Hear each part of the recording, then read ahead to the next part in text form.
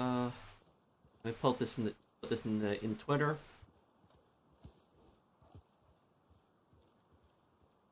Hey everyone.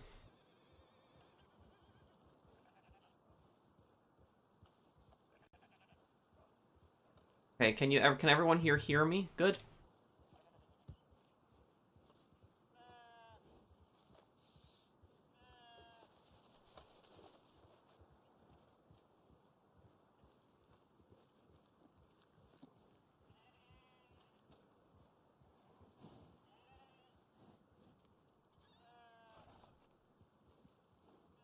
Okay.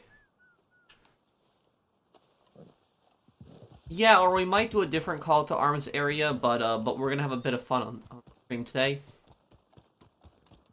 It's going good. How are you, man? Thumbnail is wrong. It shows GTA. Is it again? Is it doing that again? Oh my god. Hang on. It should. No, I have it set on the Red Dead thumbnail. It should. Do you guys see the Red Dead thumbnail on the?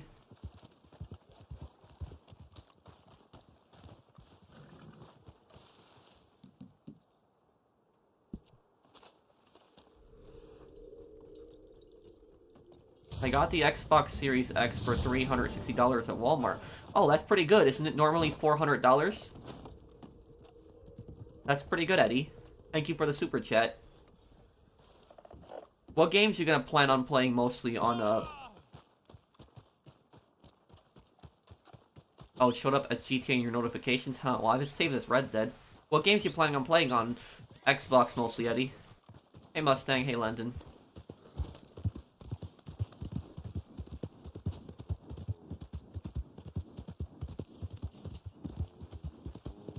Max Payne 3, we will play Max Payne 3 sometime probably in February. Because I have a lot of clothes that will be great for Max Payne 3, but that's at my that is at my apartment. Hello, Pro in chat. Since there's no messages with charity donations on Christmas Eve, I want to say Merry Christmas and Happy Holidays to Pro in chat. Thank you, Mr. Waifu.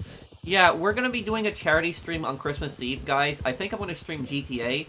I just don't know, I just don't know exactly what I'm going to be doing for the charity stream, what charity, but I'm gonna decide on a good one. I'll find a good one. Thank you, Mr. Waifu, for the super chat.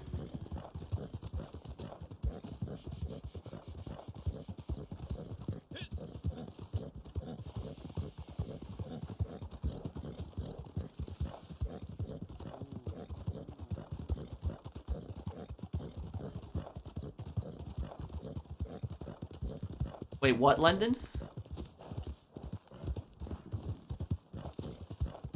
My top 5 games of all time? Probably Saints Row 2, Skyrim, GTA 4, Mountain Blade Bannerlord, Red Dead Redemption 2. Oh, that's really sad, Lyndon.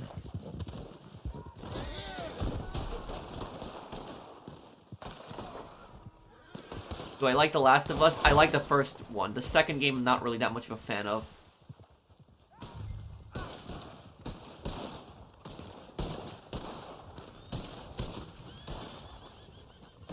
Charity stream for the Saints student loans.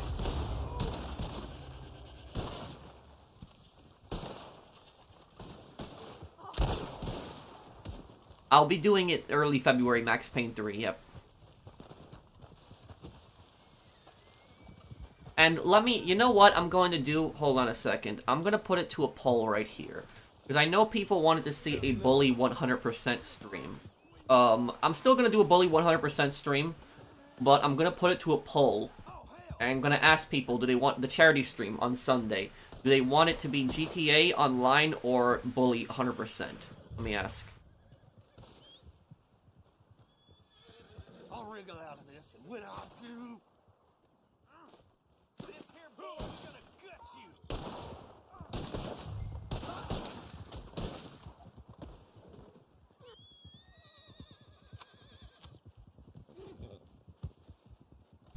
Hang on a second.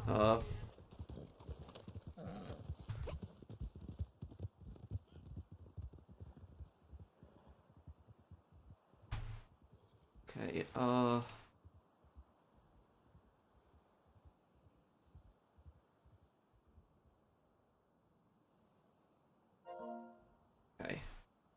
Okay, I'm gonna put it to a poll asking people what game they want me to stream on Christmas Eve, so I'm gonna put it up right now.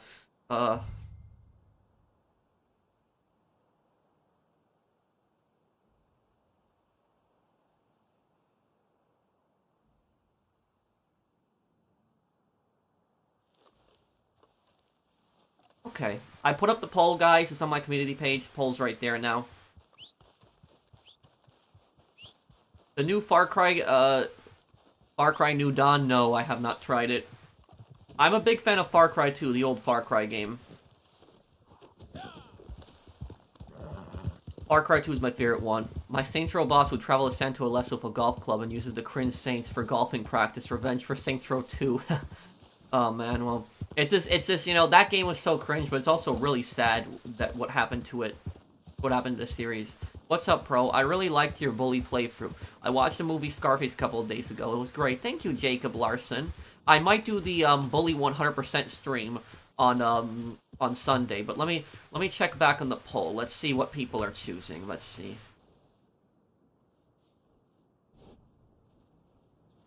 Okay, it looks like most people are choosing Bully for the stream on Christmas Eve. Okay. I know, Mr. Weifu, yep, I'm aware.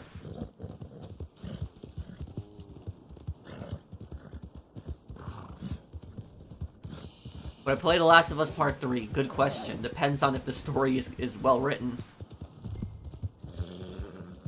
And you know, they were working on that Last of Us 2 multiplayer game for years, and then all of a sudden they're like, it's cancelled. After working on it for years. Ugh. Bro, is it a good idea to trademark your YouTube name? Well, the thing about that is, I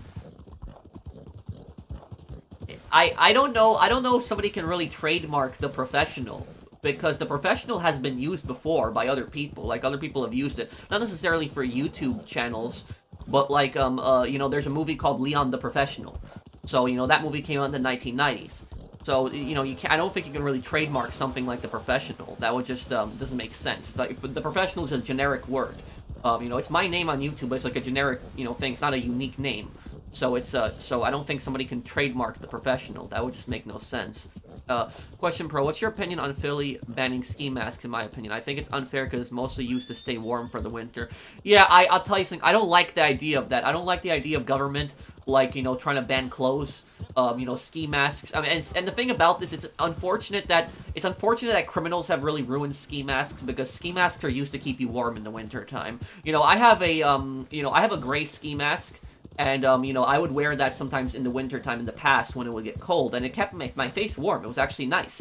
But the thing about that is, even though it's perfectly legal to wear ski masks, it's that every single time you wear a ski mask, people just stare at you and think that you're up to no good. So that's like, so, yeah, I just don't like the idea of just government banning something like ski mask. I personally think that that's stupid. I don't think that's the government's place to do something like that. Honestly, it's like, if the government thinks that, like, banning ski masks is going to, like, stop crime, they're, like, a bunch of idiots. Most of these criminals already have ski masks, and even if they don't have ski masks, they're just gonna conceal their face another way. They could just, you know, order a bandana from Amazon and just wrap it around their face, and then they already have a mask.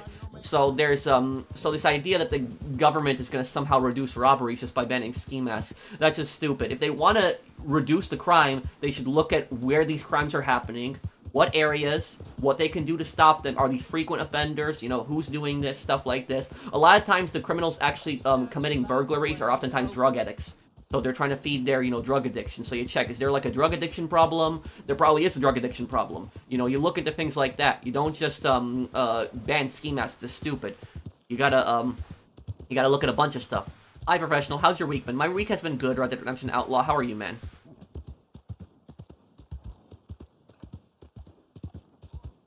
Well, I've wore ski masks before on my playthroughs. I have. And Philly, that's Philadelphia, right? So Philadelphia already has a massive drug problem, as there's so many drug addicts in Philadelphia, which, that's, if you want to reduce the amount of burglaries, fight the drug addiction. Do something about the drug dealers. Start arresting the drug dealers. Stop releasing the drug dealers from jail. I don't know why these, you know, cities like Philadelphia and New York, for example, there's these people that, like, they sell drugs, they arrest them, and then they're back out on the streets after, like, a few months. It's like, no, it's like, keep them in jail. So, You get the drug dealers off the streets, and you'll start reducing drug crime.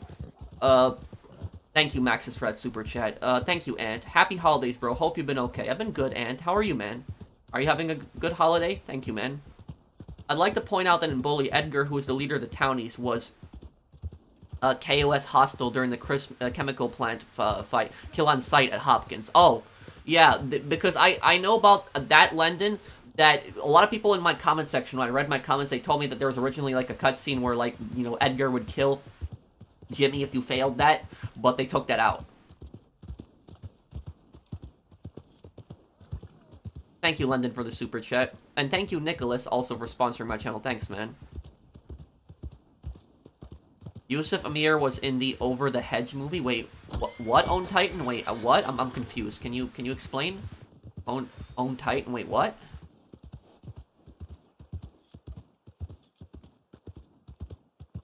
Can you help me out sometimes with a public sale in GT Online lobbies? Yeah, I could, definitely. And you can also join me on streams, like, when you have me added, right, Ronan? So you can just join me whenever I'm streaming, and I can help you out, too. Morning. He voiced a cat in Over the Hedge. Oh. Where is the Micah lore? You're taking way too long to make it. Well, the Micah lore project was a project that I had originally planned years ago. I just never got around to it. Maybe I'll make it one day, but I have a lot of other lore projects that I want to work on right now. But if I do get around to making the Micah project, I would have a great idea on that. But I will have some other great character analysis videos. And if this makes you happy, though, I am considering making a video on what's his name, Leopold Strauss. Making a video on Leopold Strauss.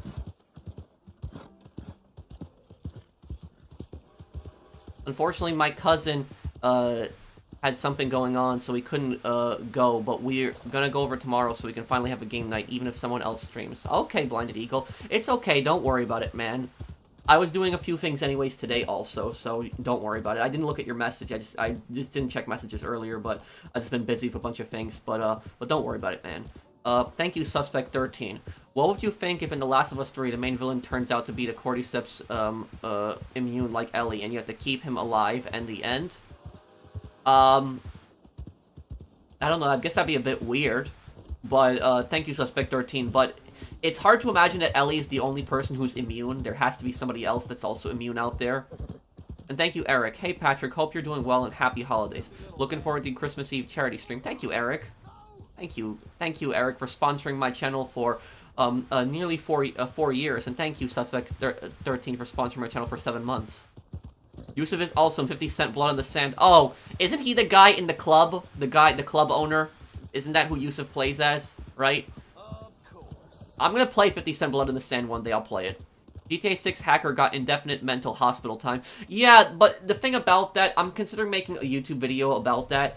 There are people who are saying that he's gonna be in a mental hospital for the rest of his life. I think that's spreading around a bit of misinformation, because if you look at when he was put in that mental hospital, he was put in there until he's deemed, fit, basically. Until, he's not going to reoffend. They're confident that he's not going to reoffend. So, until then, he's going to be in the mental hospital. So, if he gets his act together, he could definitely be released from the mental hospital in the future. So, even a few years from now. So, people thinking that he's going to be in there for life, I think that's spreading out a little bit of misinformation. But thank you, Feline King, for the super chat. And thank you, NWP. Hey, Pro, love you, and I hope you're doing well. Thank you, NWP. I appreciate it, man. Thank you, man. What in the blazes? You ready for your dirt now? The Chop Shop DLC, yeah.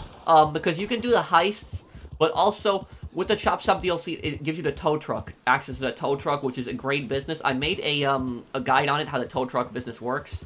Speaking of Micah, why did he become a rat? Was it to save himself, or was it for the Blackwater money? Both. Micah was an opportunist. So when he never ran with the gang because he believed in the gang's ideals. He only ran with the gang because he believed the gang had the best. The gang had the best chances for his survival. That was it. And when he got captured by the Pinkertons, he just basically screwed them, screwed the gang over. that was it for himself. Thank you, Mr. Nowhere.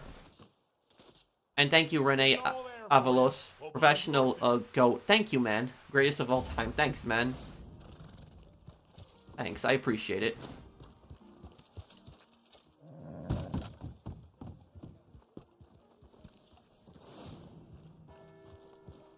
Hey Pro, happy holidays, man. I hope it's all going well. Did you hear about the massive cyber hack in Insomniac? So many leaked products and developers' personal information? Yep. I did hear a little bit about that. I heard that there's a Venom game that's being developed. I'm really curious, is the Venom game, Venom, is that new Venom game that's coming out, is that gonna be set in the same universe as the Spider-Man games?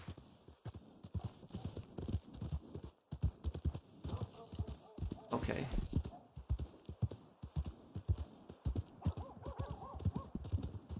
Okay.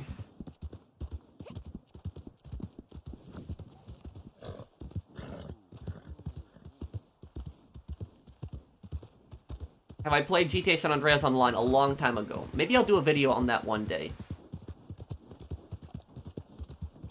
You think Gary and Bully is Sosa in his teen years? Honestly, I'll tell you this about Sosa is...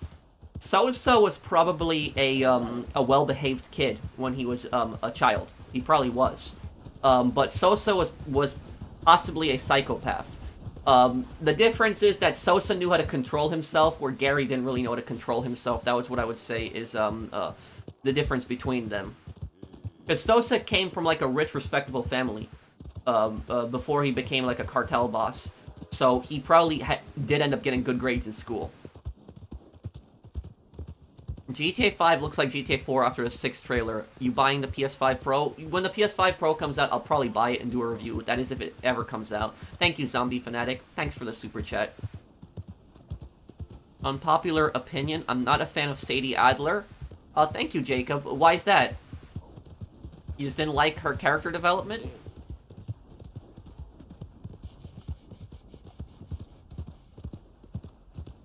Bully takes place in the 90s? What makes you think that Bully takes place in the 90s?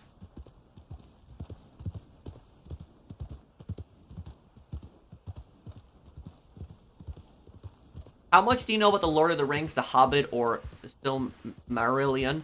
Honestly, you 20, not that much. I played some of the Lord of the Rings games when I was younger. I played there was a Lord of the Rings PS2 game I played. I forget what it was called. But then I also played, I played Lord of the Rings Conquest or something like that. It was made by Pandemic Studios. It was like Star Wars Battlefront, but it was Lord of the Rings style. I did play that one. Good to see you. My favorite area in the Bully map is the carnival. I haven't been to the rides in forever, so this was the area for me. Not many theme parks in games. Yep. And at least the carnival lets you do numerous things. No one in Bully has a phone. Well, I guess it's 2006, but it's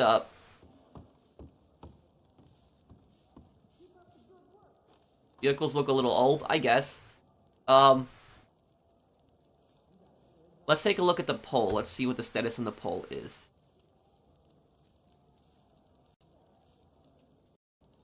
Okay, the vast majority of people are voting for Bully on Christmas Eve. Okay. So yeah, we'll do Bully then on Christmas Eve.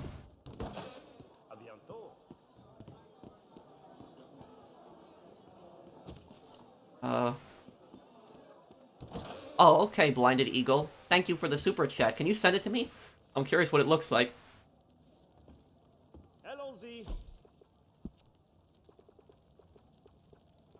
Oh, I can never sell this, because there's never a good buyer around. Never forget that Mr. Burton is a massive predator. Yeah, Mr. Burton is probably the worst teacher in Bulworth Academy.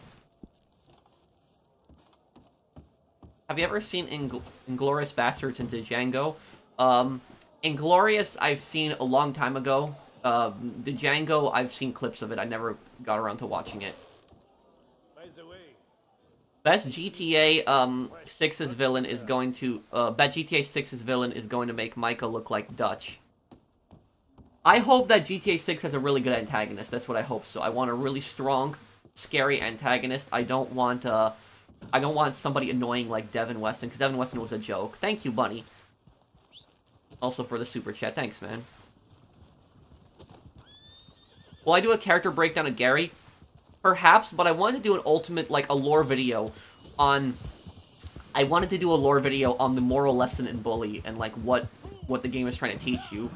What time would the live stream be? I'd be busy until, like, 6 p.m., but I don't want to miss it. Love the videos, man. Will probably actually be around that time. That's probably when it will be.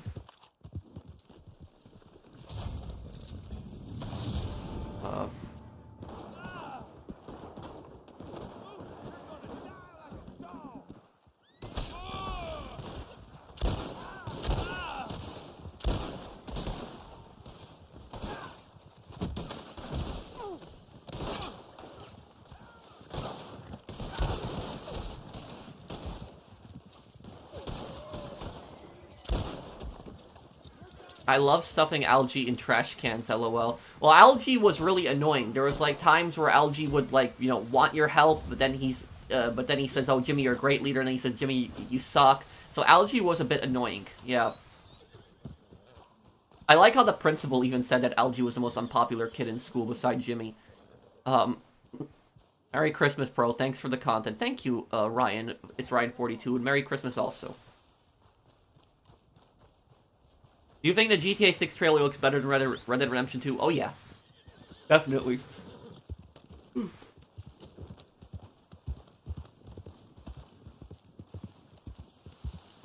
In preparation for GTA 6, will you replay the past GTA games? I might replay, the Vice City games again. Like, maybe 1 year before GTA 6 comes out. Even though it's the same, it's a different universe. It's the reboot of Vice City now we're gonna see.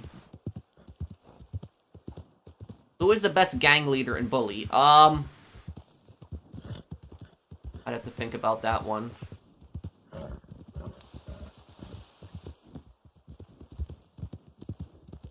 Honestly,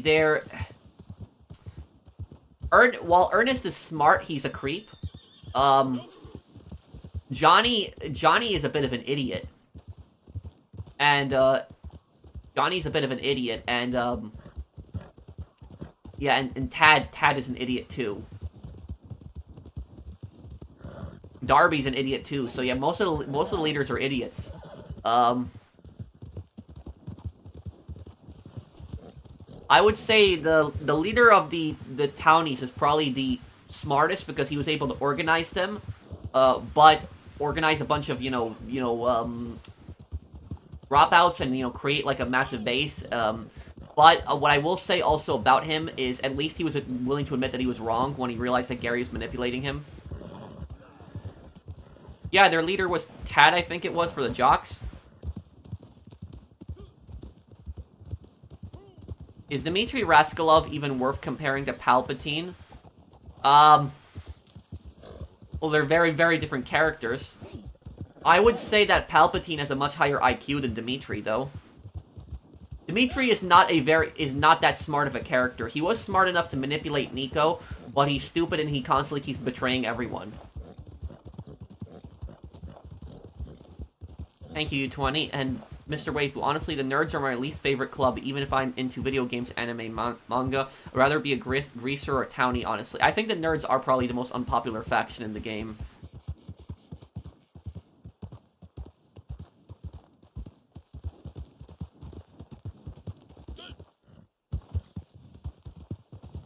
Steve Haynes should have remained as the main antagonist for GTA 5. He's not scary, but he poses an actual, threat and more connected to the main story. Overall, GTA 5 had a weak antagonist. Yeah, and the thing about that is the antagonists in GTA 5 died too quickly. You notice that? They died so fast, where it was like, you fought up a bunch of waves of Merryweather and, like, corrupt cops, and then all of a sudden you just go to, like, where all, like, the bosses are, and you just kill them one by one. Yeah, I think they died way too easily. I think, like, a lot of the other, antagonists, there's more of a fight to kill them.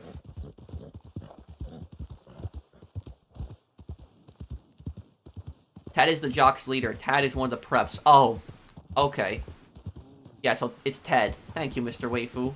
And thank you, Mr. Nowhere. Top 5 psychopaths. Well, the thing about that is, I'm thinking about making a video on that specifically, the top 5 psychopaths in GTA games.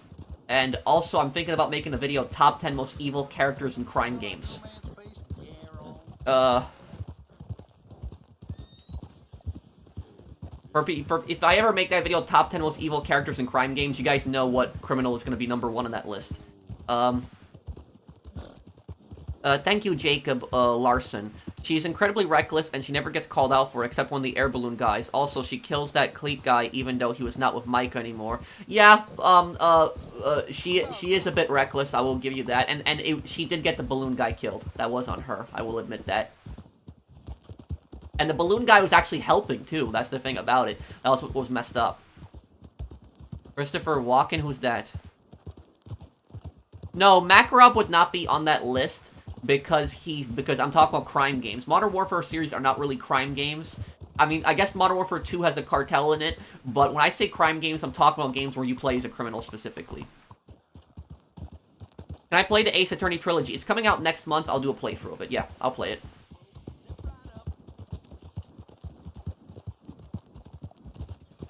Dimitri actually would not be the most evil character on that list. If I made, like, the top 10 most evil characters in crime games, he probably will be number 3. There's actually criminals that are actually more evil than Dimitri, even.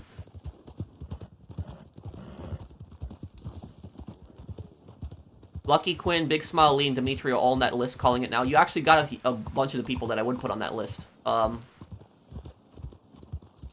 Victor Bronco, nice choice there, Mr. Waifu. He would be number 2 on my list of the most evil criminals in crime games. Would be Victor Bronco, would be number 2. I'd put Victor Bronco as even more evil than Dimitri because Victor Bronco had both of his brothers killed, and he had his brother burnt. One of his brothers assassinated. He had his other brother basically burnt alive on a bunch of tires to try to make himself look like the victim. He destroyed his brother's business, stole his family's fortune to build up his political campaign, and had worked with a corrupt police chief to kidnap, hundreds of people from the favelas and had them sold to, like, an evil militia that was harvesting human organs. So that's even worse than Dimitri. But number 1, for the number 1 most evil character in all the crime games I ever played, it would have to be Shang-Chi in Kane and Lynch 2 Dog Days. Anybody's ever played Kane and Lynch 2 Dog Days? Shang-Chi would be the most evil character in that list.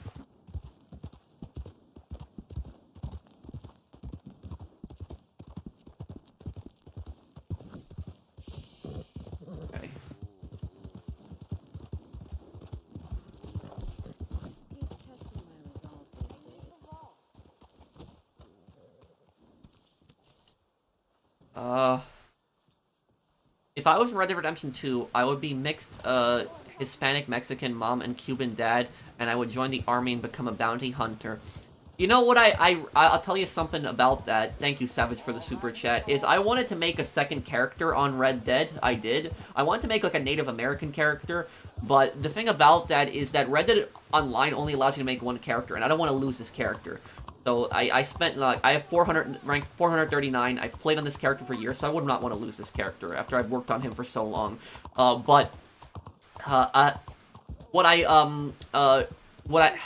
They should just let you make a second or third character. That's what I'll say about it. But thank you, Savage, for the super chat.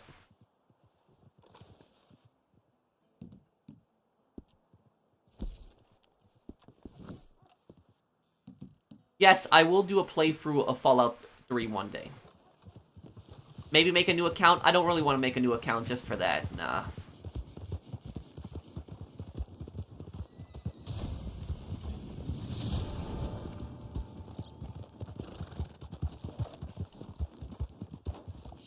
Can you play the original Ace Attorney? I don't think I'm gonna have enough time. I don't think I will, because the new Ace Attorney trilogy comes out next month, so maybe in the future I could play it. But I want to play the Apollo Ace Attorney trilogy when that comes out next month, because I did a playthrough of the Great Ace Attorney Chronicles. I don't know if you've seen that. I did an entire playthrough of that game from start to finish. Russell would also count as an idiot. Yeah, well, the thing about that is Russell is an idiot, but the thing about Russell is Russell's loyal. That's the thing about him. Is Russell doesn't screw people over.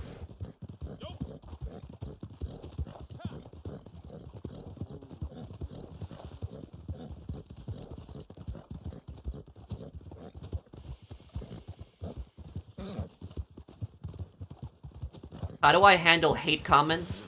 Most of the time, I just ignore them. I don't block people or time them out for insulting me. So if somebody like insults me in the chat, I don't really, you know, block them from the chat. I don't time them out. I'm a big free speech guy, so I believe in free speech. Even if it's even if somebody's calling me an idiot, I still, you know, won't block them from the chat. Sometimes the moderators do, but I personally have not blocked anybody from the chat for insulting me or calling me an idiot. The only time that I have the only time that I really block people and kick people out of chat is when they're doing one of two things. If they are pulling any kind of scam, that's basically an instant ban. And the second thing is if somebody's being racist in the chat, I'll typically, you know, kick them out of the chat. But yeah, that's pretty much it. Is I will ban people for you know, pulling scams or being racist, you know, harassing people in the chat. But other than that, people are free to insult me, call me an idiot. You know, that I don't take them out for that.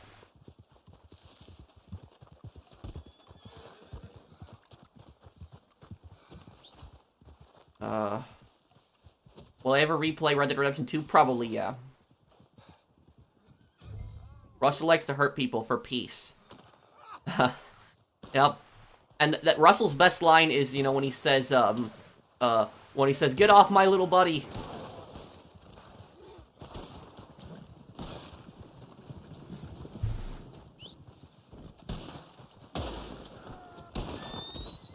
Books you recommend, and my girlfriend left me today. Oh, I'm really sorry to hear about that, Viper.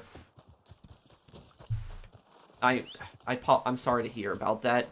I'm sure that you will find somebody else that that you like in the future, but my favorite book, honestly, my favorite book that I think that everybody should honestly read is, I think everybody should honestly read Animal Farm. Because most people are familiar with George Orwell's 1984, but not as many people are familiar with Animal Farm. Which I honestly think that Animal Farm should every single person should read Animal Farm, because the thing about Animal Farm is you have like these stupid kids in oh, I gotta feed my horse. My horse is hurt here. You have these stupid kids in college who it's kind of weird. These kids come from like a very privileged like background, usually like upper middle class, or, you know, even rich kids sometimes. And so these rich kids, when they go to college, oftentimes they will just talk crap about the U.S. They make it seem like the U.S. is like the worst country in the world. And then what they will do is they will say, oh, you know, communism was a good system. Communism was a great system. These kids, you know, in college, they don't know what they're talking about.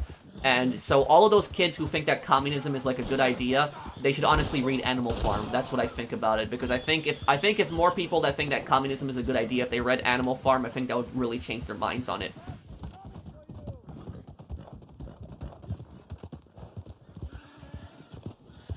Thank you, Viper, for the super chat. And thank you, Lendon. Another thing that threw me off in the final mission in Bully is that scene where Edgar had beaten up 3 of Russell's bullies. Maybe they hit him first. Yeah, I guess it was a bit weird. It's Russell's faction, but the thing is, we never see Russell really with his faction. We never really see them together. Technically, it's Russell's faction, but I haven't really seen them ever together. Thank you, Lendon. And thank you, Savage. The main thing about Red Dead Redemption 2 that I don't like is how they rushed the epilogue. They could have given more time to John Marston's model. Maybe, yeah, I guess. I would say the epilogue kind of did feel a bit rushed near like the Hanging Dog Ranch, but I would say I would think that it's still a satisfying ending.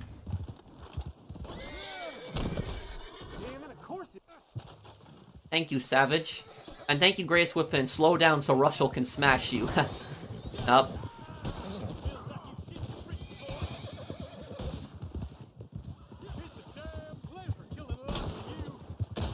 Honestly, do you know Russell reminds me of like Ed in Ed, and Eddie when he's bigger.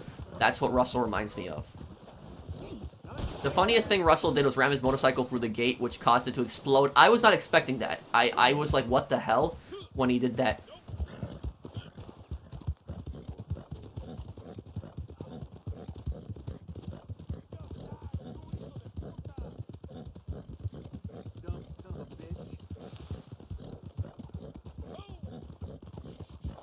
Have you heard of the Golem video game? What's that? Thank you for the super chat, U20. At the beginning, he's with them, I guess, but we never really see him afterwards. He's always by himself. A top 10 villains of war military games. Possibly, yeah. But I would really like to do the top 10, you know, most evil criminals in crime games. I think I would do a really good job with that.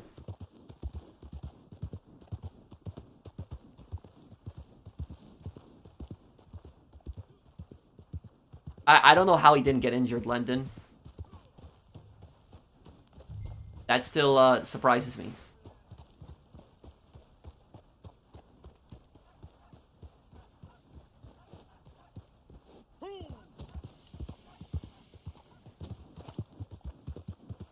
Have I played Fallout New Vegas? I've done better than that. I got a platinum trophy in Fallout New Vegas, and not only do I have a platinum trophy, but for Fallout New Vegas, I also went to the Good Springs event in Nevada, so I went to that too. You recommend Sniper Elite 5? Oh yeah, Sniper Elite 5 is a great game. You gotta be kidding me. Again?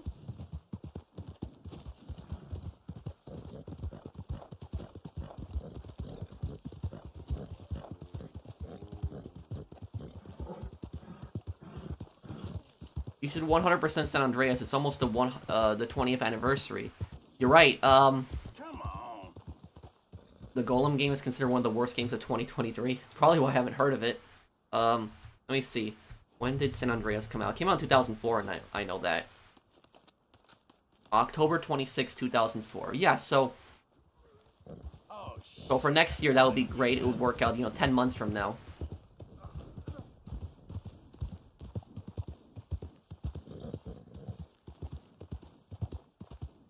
Golem, Rise of Kong, and The Walking Dead Destinies are the best games of the year. Okay, I know you're trolling there, Alfie.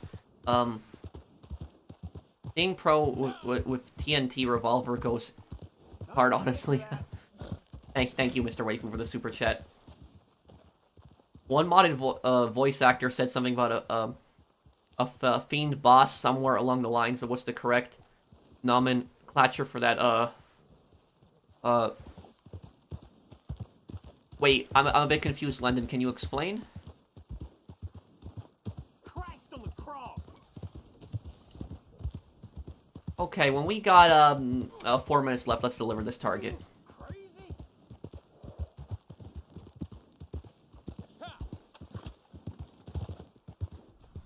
What are you getting for Christmas? Oh, for Christmas, I'm technically not getting anything.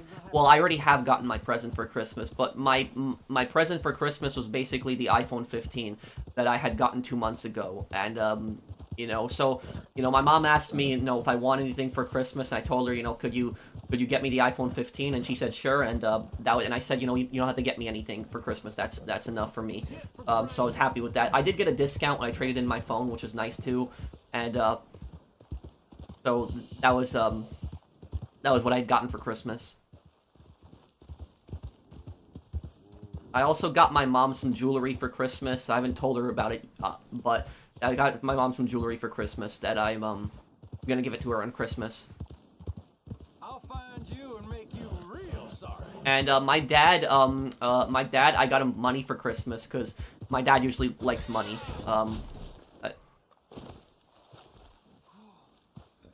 Did I refund the flash drive? No, I'm gonna go tomorrow and take care of that. I got until like the end of January to refund it, so I'm just gonna go tomorrow and take care of that. Dumb son of a bitch.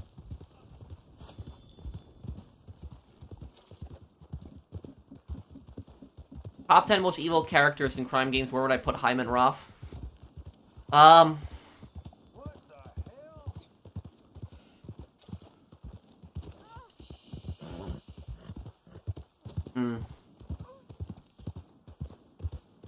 I mean, he would definitely be on the, I think he would be on the lower end, but he's still a pretty bad guy. So, anybody who has seen The Godfather 2, do you guys think that, Hyman Roth knew that, that he was gonna get Fredo killed? Like, do you think Hyman Roth knew that he was gonna get Fredo killed? I think he did.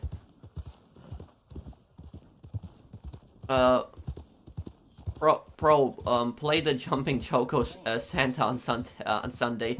No, but I'm good on it. But I've seen, you know, they got a new game called Stroke the Koala, which that's, you know, the stroke, you know, the animal games. It's ridiculous.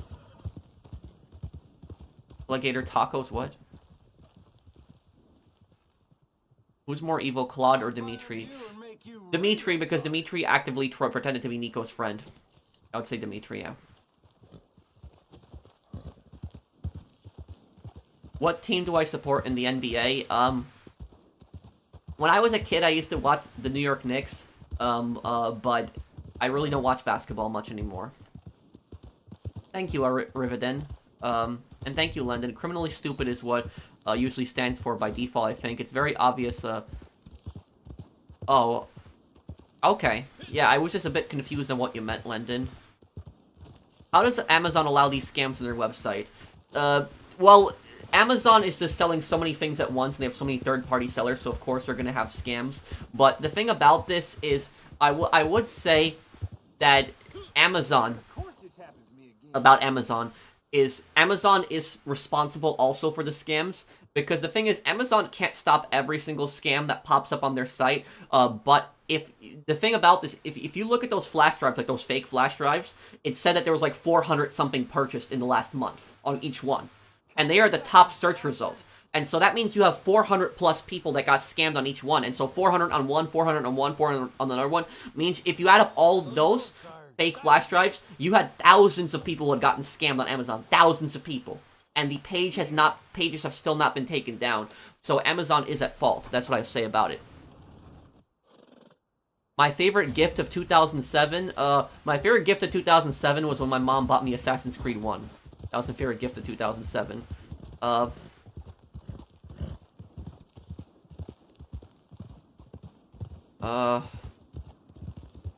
Thoughts on the Prince Harry news again? What happened now with Prince Harry?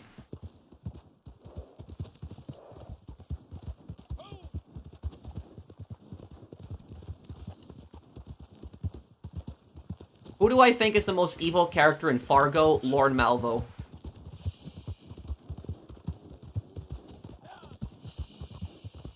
Avon was a bit of an annoying villain. He wasn't really interesting. Why is this? My controller is... Hang on 1 second, guys. My controller is just... My controller doing this right now. I was plugged it into charge.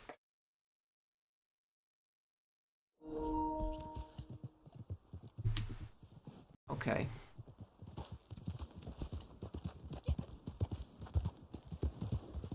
What music do you like? I'll listen to any kind of music, really.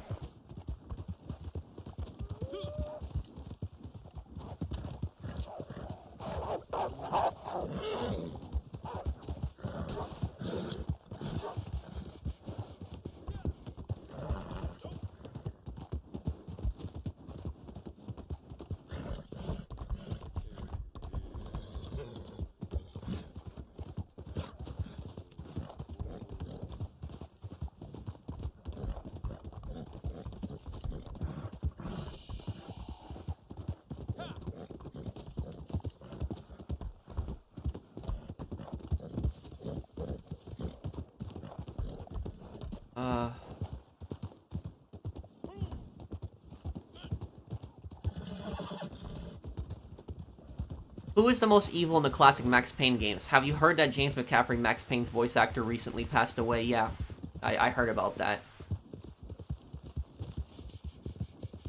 I wasn't expecting that, honestly. He died in his 60s. That was... Yeah, I wasn't expecting that. Thank you, Mr. Nowhere.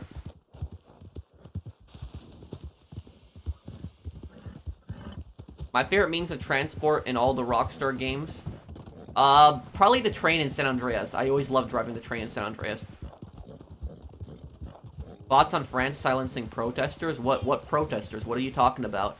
And you asked me earlier about Prince Harry. You said that Prince Harry did something stupid again. What did he do now?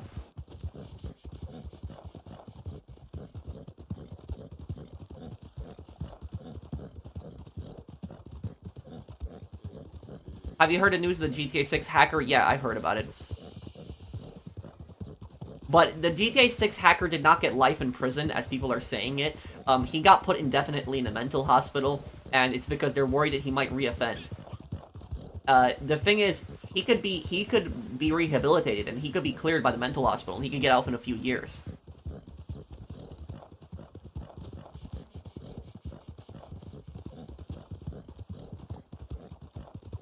Yeah, what people don't know is that in Bully, when Gary actually dresses up as a Nazi SS officer on Halloween, that is actually technically supposed to be a parody off of Prince Harry.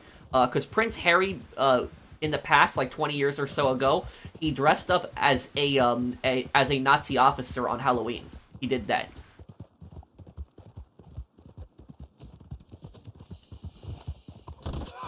Oh, sorry.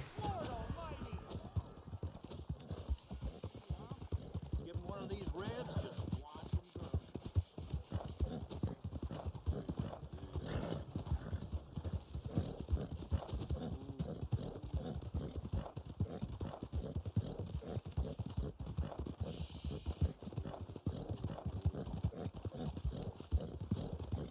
Hey, Pro, are you gonna post part of Medal of Honor or Fight Night Champion?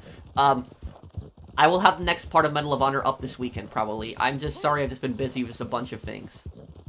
But I will get back to it. Which GTA is the best radio station? Vice City, in my opinion. Yeah, Vice City. Flashback FM. Flash FM, I think it was. V-Rock. Esperanto, I think that was the Cuban station. They had a lot of really good ones. Fever, so they had a lot of really good stations. I believe, Gary is racist from his Halloween costume. Oh, he definitely is.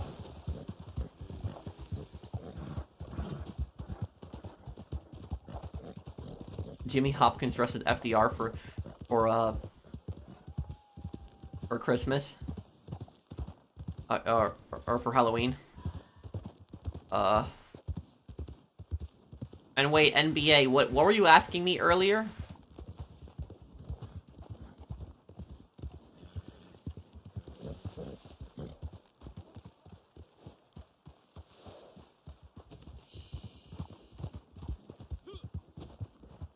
What do we got over here?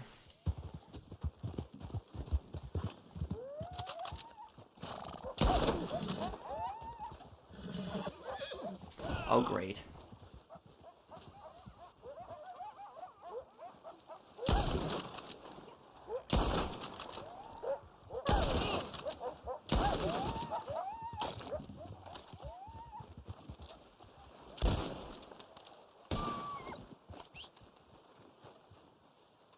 This might camp. I was Mr. Waifu, but I just stopped watching baseball. Some people are saying in chat that Gary's sadist outfit originally had the swastika armband fully. I would have liked... Yeah, well, I think that he did, but I think because Rockstar wanted to keep that as a T-rated game, and I think if they had that in, I think that would have probably generated a ton of controversy.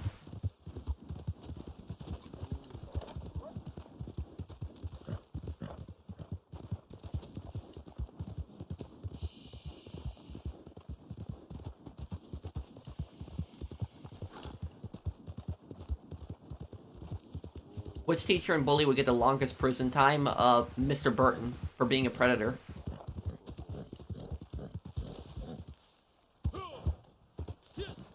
If you had to pick one to protect you and one to hunt with, who, or if I had to protect one to if I had to choose one to protect you and one to hunt you, who would you pick? Agent 47 and Nico Bellic are your options. I would choose Agent 47 to protect me. There's no doubt about it. Nico is awesome, but he would not last against Agent 47. Nobody would last against Agent 47. I cannot really imagine anybody that could take on Agent 47. I really can't. So, yeah. Yeah, the thing about that is, if Agent 47 was constantly your bodyguard and looking out for you, you would have to never worry about anybody hurting you ever again.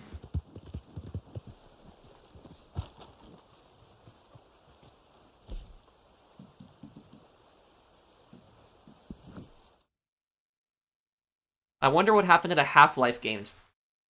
I don't know much about them, but I know that people have requested a new game for years and years, and the developers have not made it.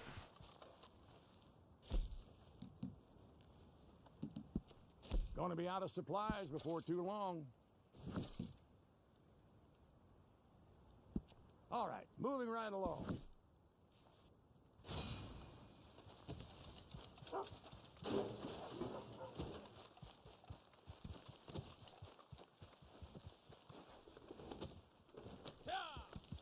Amazon changed their refund policy. They will only give you a back onto Amazon balance, not to your credit card. Well, that kind of sucks, but I'm not too concerned with it because I do order a lot of my cosplay stuff from Amazon. So,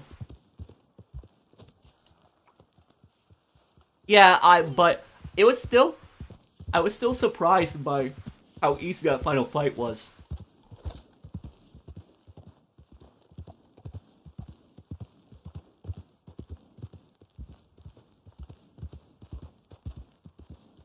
Bro, I just finished Zero's mission to San Andreas Mobile. I did Air Raid first try, but the rest were horrible. Yes, they were. They're terrible. Edgar also is not a Bulwark student. Oh, he's not? I thought he was a former Bulwark student. I actually really liked the Star Wars Attack of the Clone. Jango Fett was really cool, so was the Battle of Geonosis. Analog's dialogue was pure cringe. I guess, but they tried to make Anakin out to be like a, you know, a whiny young adult, and I think they kind of succeeded at least with that. If you could get rid of two Vanderlyn gang members, who would they be? Either Sadia Adler and Micah Bell, or Arthur Morgan and John Marston. If I could get rid of two members of the gang,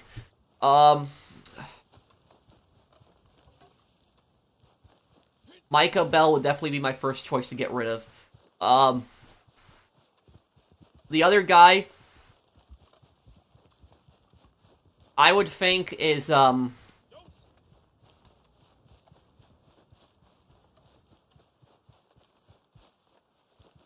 yeah, I would say probably Bill Williamson. Yeah, I'd probably put Bill Williamson.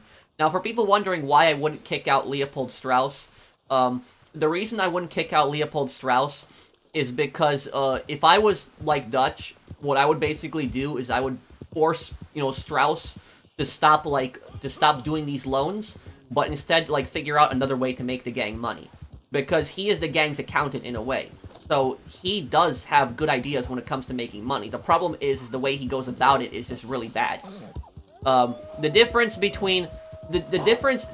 between Strauss and Micah, even though both of them are bad people, is that Micah cannot be controlled. Micah is gonna screw you over. Micah's just out for himself. Strauss, on the other hand, yes, he's a scumbag, but he's loyal. That's the difference between them. Because if Charles says in the epilogue of the game that Strauss got picked up by the Pinkertons and he would not give up the gang, and they tortured him to death. So Strauss would never betray the gang. Now, the thing about Strauss is Strauss, in his mind, was convinced that he was doing the right thing. He was convinced that he was doing the right thing. He didn't see himself as a bad guy. He thought that he was doing the right thing. Strauss, when you really think about it, this is kind of messed up, but Strauss's loans paid for most of the stuff in the camp. They paid for the camp's food, the camp's supplies, the camp's tents. That's where the camp got a lot of their money from, their funding from. It was from Strauss, other than the robberies. So the thing about that is, if you just get Strauss to try to come up with other ways to make money, he could probably do a good job at it. Just the problem is his loans are destroying people. That's what it is. Yes, he did, London.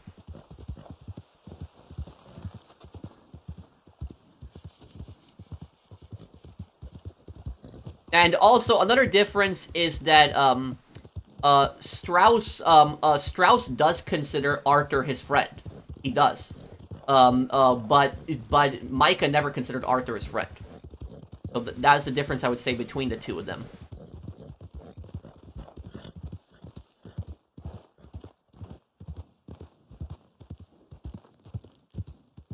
I hope I answered your question, Savage. I don't understand why the hammer and sickle is tolerated so much more than the swastika. It's stupid. Well, both of the symbols are really bad symbols. I think that it's probably because the Nazis had caused World War II. They had started World War II. I hate both of the symbols. I do. But I personally think that the Nazis were worse than the Soviets.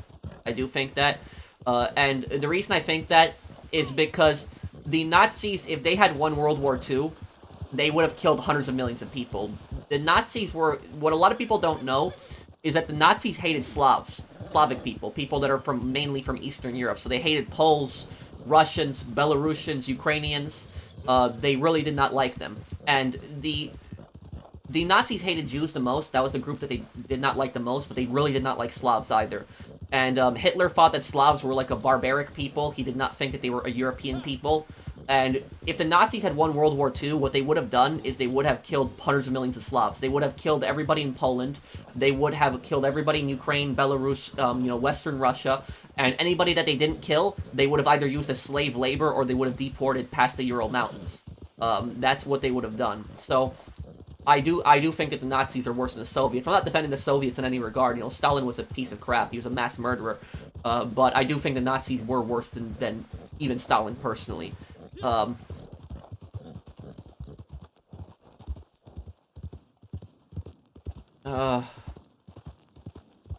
Here. Thank you, JBK. Hey Pro, what's up? Happy holidays, man. Weird question, but can you show your video output settings on your PS5 settings screen, video, info, HD? Okay. Settings.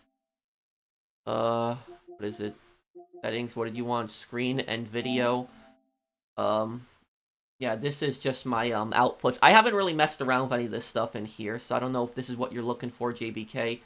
But yeah, this is pretty much what I've been running at here. Oh, yeah, don't want to do that.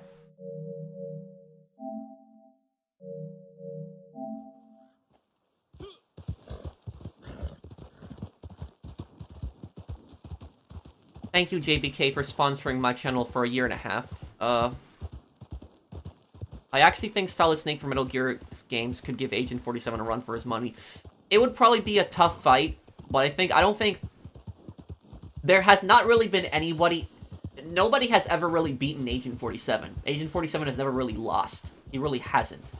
The only two times that Agent 47 has actually been incapacitated is, it was by Diana, and both times, Hitman Blood Money and Hitman 3, and it was because he trusted Diana.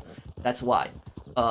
So, he has not really been, nobody has really been able to stop 47. Why banish Bill? Because Bill is an angry, unstable moron, that's why. And if you look at what Bill did in Red Dead Redemption 1, because when I was replaying Red Dead Redemption 1, one thing that I forgot in Red Dead Redemption 1, one thing that I forgot about the story, is those massacres of those people, Bill Williamson did that. So, like, in the barn where all those people were just slaughtered, it was Bill Williamson's gang that did that. So that's why I was saying, Bill is an angry, dumb murderer. That's pretty much what he is. GTA 7 when? Thank you, Jonathan. GTA 7 is probably going to come out... If GTA 6 comes out in 2025, GTA 7 is probably going to come out somewhere in, like, 2040, I would say, then.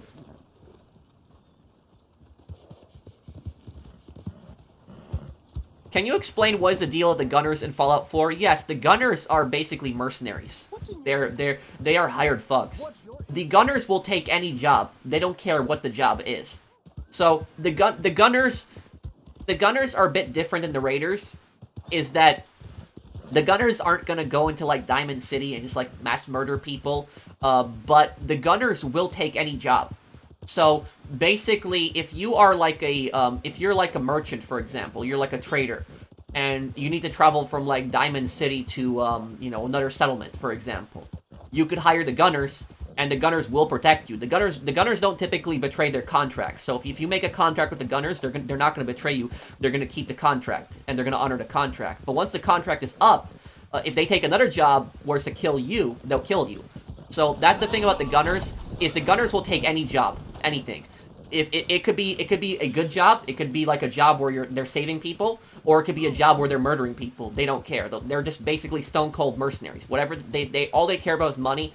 and whatever job they'll get, they'll take it. So that's the thing about the gunners. The reason the gunners attack you in Fallout 4 is because you just get too close to them, and they don't like outsiders. That's the primary reason they attack you. So that's what I would say about the gunners.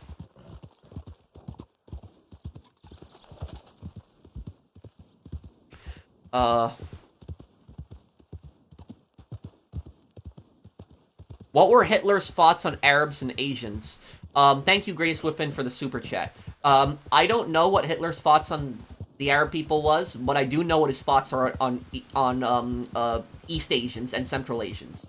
When it comes to Central Asians, you know, people like Tatars, for example, Hitler thought that Tatars were inferior. So, like, people from, like, Kazakhstan, you know, I'm trying to think, like, Azerbaijan, you know, places like that, Hitler thought that those people were inferior. He hated those people just as much as Slavs. He actually considered Slavs to be an Asian people. He did not consider them to be a European people. When it comes to East Asians, though, it's a different story. I don't know how Hitler felt about the Chinese or the Koreans. I don't know about that. The only thing I know about that is that Germany sold a lot of weapons to China. So nationalist China and Nazi Germany actually had some relations to each other, where Germany would sell weapons to nationalist China, and Germany sent military advisors to nationalist China, where they would train the Chinese military. That's why whenever you see World War II movies, if you see World War II movies and you see the nationalist Chinese, if you notice the nationalist Chinese are wearing very similar uniforms to the German Wehrmacht, and they're wearing the exact same helmet, and they have, like, Kar 98s. The reason for that is because the Nazi Germany sold a lot of weapons to China. In the past. That's precisely why. Now, what happened was when Japan conquered China, Hitler abandoned China and decided to make an alliance instead with Japan. Now, when it comes to what he thought about the Japanese people, Japanese were actually considered honorary Aryans. So according to Nazi German law, they weren't considered Aryans, but they were considered honorary Aryans. So that's, and the thing about that is, I think that the Nazis thought the Japanese were inferior to them, but the reason I think they called them honorary Aryans is probably not to ruin diplomatic relations. That's probably the reason why. It was probably not to offend the Japanese government. But that was basically it. Hitler typically hated every single, you know, race that was not a Germanic race. So if they were not a Germanic race, he hated them. I mean, if you look at, even Hitler hated the Italians. Like, Hitler was racist against the Italians, and the Italians were his allies. So he hated the Italians as well. So, pretty much every group that was not Aryan, he despised. I hope that answered your question, Greatest Within. The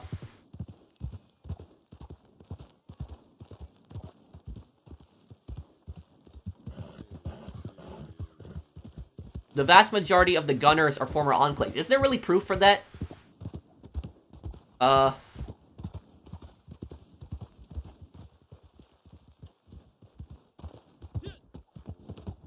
What did Hitler think of the British, French, Spanish? Hitler despised France. He admired Britain for their empire, mostly. But when it came to, here's the thing about that is, the Nazi plan was very different for France. France and, like, I'm trying to think, France, Netherlands, Belgium, and Norway. It was very different for those countries, their plan in the end, because when it came to Eastern Europe, Hitler was going to mass murder all the Slavic people in Eastern Europe. He was going to kill all of them and deport them. When it comes to Western Europe, the French and the Norwegians, the Dutch and the Belgians, what Hitler was going to do with them is he was going to kill anybody that went against him, but what he was going to do is he was going to forcibly Germanicize them over time, which basically means that he was going to abolish the French language, so people in France were not going to be able to speak French. The same thing would happen in Norway. The Norwegian language would be banned. The Dutch language would be banned, and they would be forced to speak German, and basically trying to wipe out the French identity, the Norwegian identity, the Dutch identity, the Belgian identity. That was basically his plan in Western Europe. And as for the Spanish, to answer your question, what did he think of the Spanish? the Nazi Germany had somewhat good relations with fascist Spain, because Spain was also a fascist country in World War II. People don't know that. But the difference is Spain was neutral. So even though Spain was a fascist country, it was neutral. Spain was technically chose the side of the Axis. It's the side that it wanted to win the war, but it did not fight actively against the Allies. The most that the Spanish did during World War II is the Spanish sent some soldiers into Russia. So they did send some soldiers into Russia in the Eastern Front. But Franco, who was the dictator of Spain, he refused to send any Spanish troops to Western Europe. Because he did not want to risk provoking the French or the British, because he was scared that the French or the British might attack. They might attack Spain. But that was primarily about that. Now, the thing about this is another thing about history that people don't know, is that even though fascist Spain was more sympathetic towards Germany than the Allies, is fascist Spain and Nazi Germany did not like each other. That's what they didn't like each other. They didn't get along with each other. So even though they had somewhat better relations than like with the Allied powers, it wasn't like a relationship of liking each other. It wasn't like, because the thing about this is Italian fascism, Spanish fascism, and German fascism are very different from each other. They're not the same thing. Italian fascism was basically centered around a belief in Italy's colonial empire. It was Italy's colonial empire, and Mussolini promoted the Roman Empire. So he promoted the Roman Empire, and he had basically said that Italy is going to be like Rome again. Now, it's centered pretty much primarily around that. Italy did not, for the most part, did not have a racial policy. So when it came to a racial policy, Italy did not really have that until the later stages of the war. The later stages of the war, Hitler forced Mussolini to adopt a racial policy. When it comes to the Spanish fascism was based on religion. That's what it was. Spanish fascism was tied directly to the Catholic Church. So Spanish fascism, what that basically was ultra-Catholic nationalism. That's pretty much what Spanish fascism is. It's the Catholic Church as a dictatorship, pretty much, in Spain. That is what it was. The fascist Spain was directly tied to the Catholic Church, so that was the difference. It was a religious form of fascism. When it comes to German fascism was set up mostly based on race. It was the Aryan race, and Nazi Germany did not have an official religion. But their religion with anything was more the race. They were obsessed with the Aryan race. They were just obsessed with everything with race, and that was that's really what German fascism was centered around. So these countries did not get along, and one of the reasons that the reason that the Italians and the Germans hated each other is because the Germans considered the Italians inferior to them. The Germans did not consider the Italians Aryan. And so that's why the Italian fascists hated the German fascists. A lot of the Italian fascists felt like the German fascists were telling them what to do, which they were for the most part. The reason the Spanish fascists did not like the German fascists was because the Nazis hated the Catholics. Nazis absolutely despised Catholics. They did not like Catholics. The Nazis took a systematic. They tried to wipe out the Catholic Church in Germany. While Catholicism was not made illegal in Nazi Germany, Catholics faced severe discrimination. And if you notice, the top Nazi officers, none of them were Catholics. Almost none of them were Catholics. Because the Nazis were just so against Catholicism. They were so completely against that. The Nazis had shut down all Catholic schools in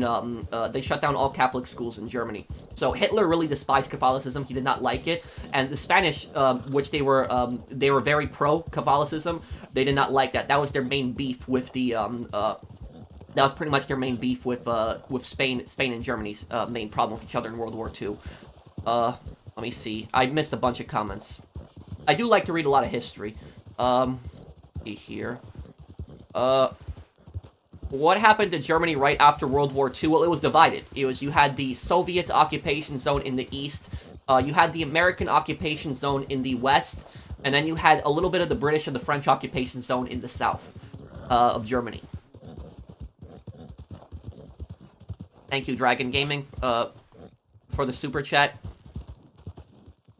I am gonna do a Sniper Elite lore video, like a history lore video, where I will talk about some of these things in the future.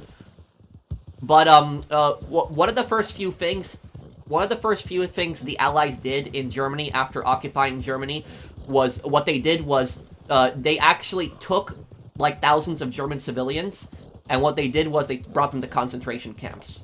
And the reason that the Allies had brought, like, American soldiers would just go into, like, a German town, and they would take all the Germans in that town, and they would bring them to a concentration camp. And the reason for that, they weren't imprisoning them in the concentration camp, but the reason that the Americans would bring the German civilians into a concentration camp was so that the German civilians could see what their government did. That was primarily why they did it. Because the thing about that is, when the Nazis were defeated in World War II, Nazi Germany was defeated militarily, but it wasn't defeated ideologically. Because the vast majority of the German public at that time still thought that Nazism was a good idea. So even though Germany was defeated, Hitler was dead, Germany was occupied, the vast majority of Germany at that time believed that Nazism was a good idea. Because the Allies did polls in Germany, like polls after World War II, where they polled like thousands of cities. And the vast majority of the German public said that they thought that Hitler was a good leader, they thought that Nazism had worked. And so what the Allies needed to do was they needed to denazify Germany, because they knew if they didn't denazify Germany that they would have this exact same situation happen again. And so one of the most effective ways at denazifying Germany was when they brought the civilians to the concentration camps.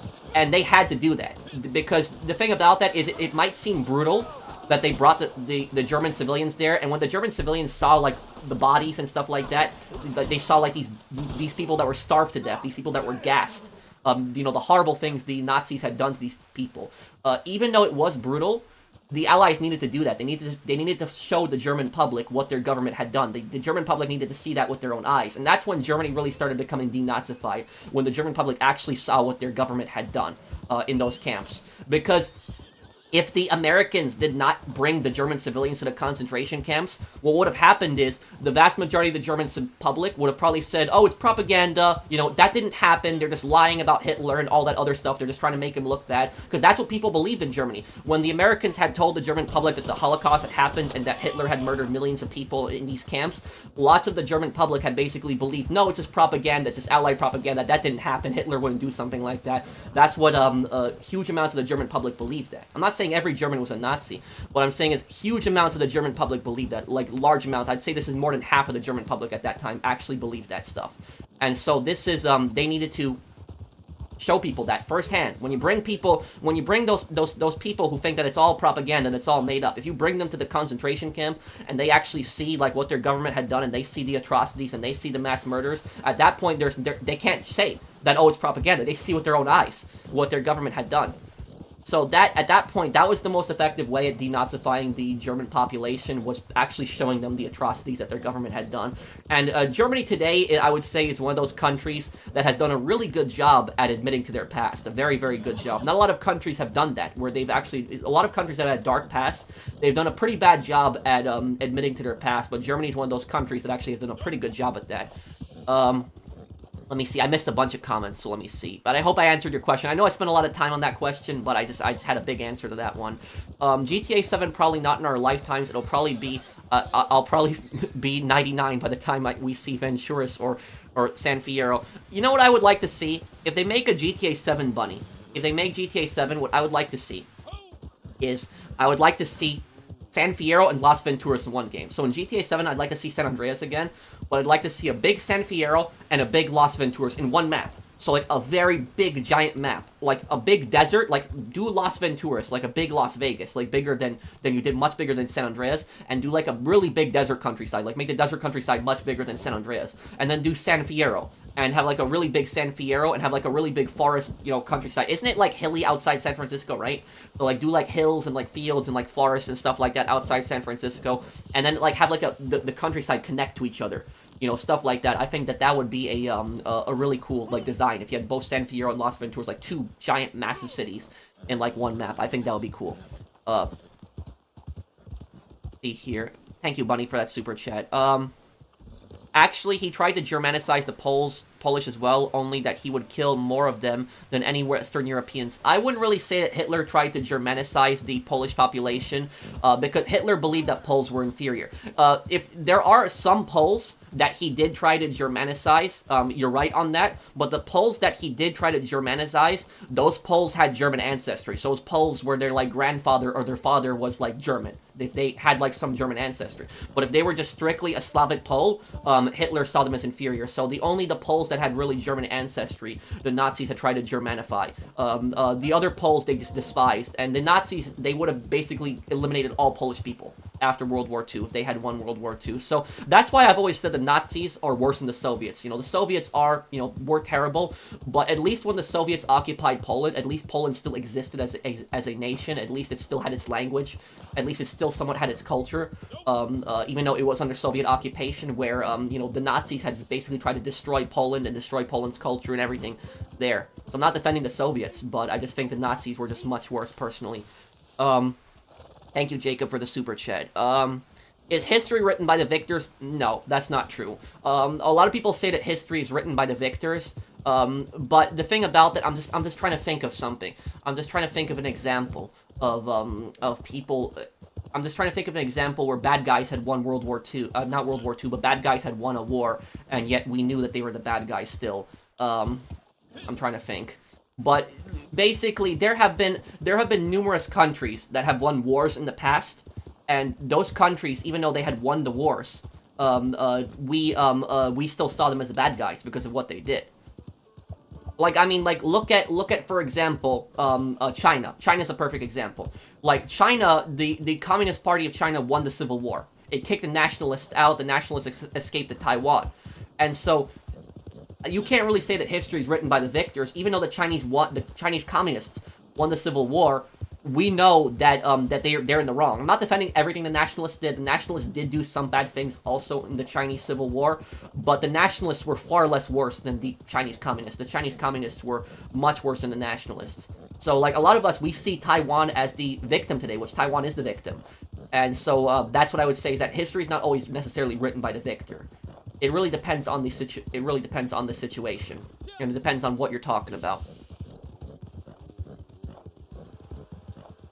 Yeah, I know what you're talking about, MEK142.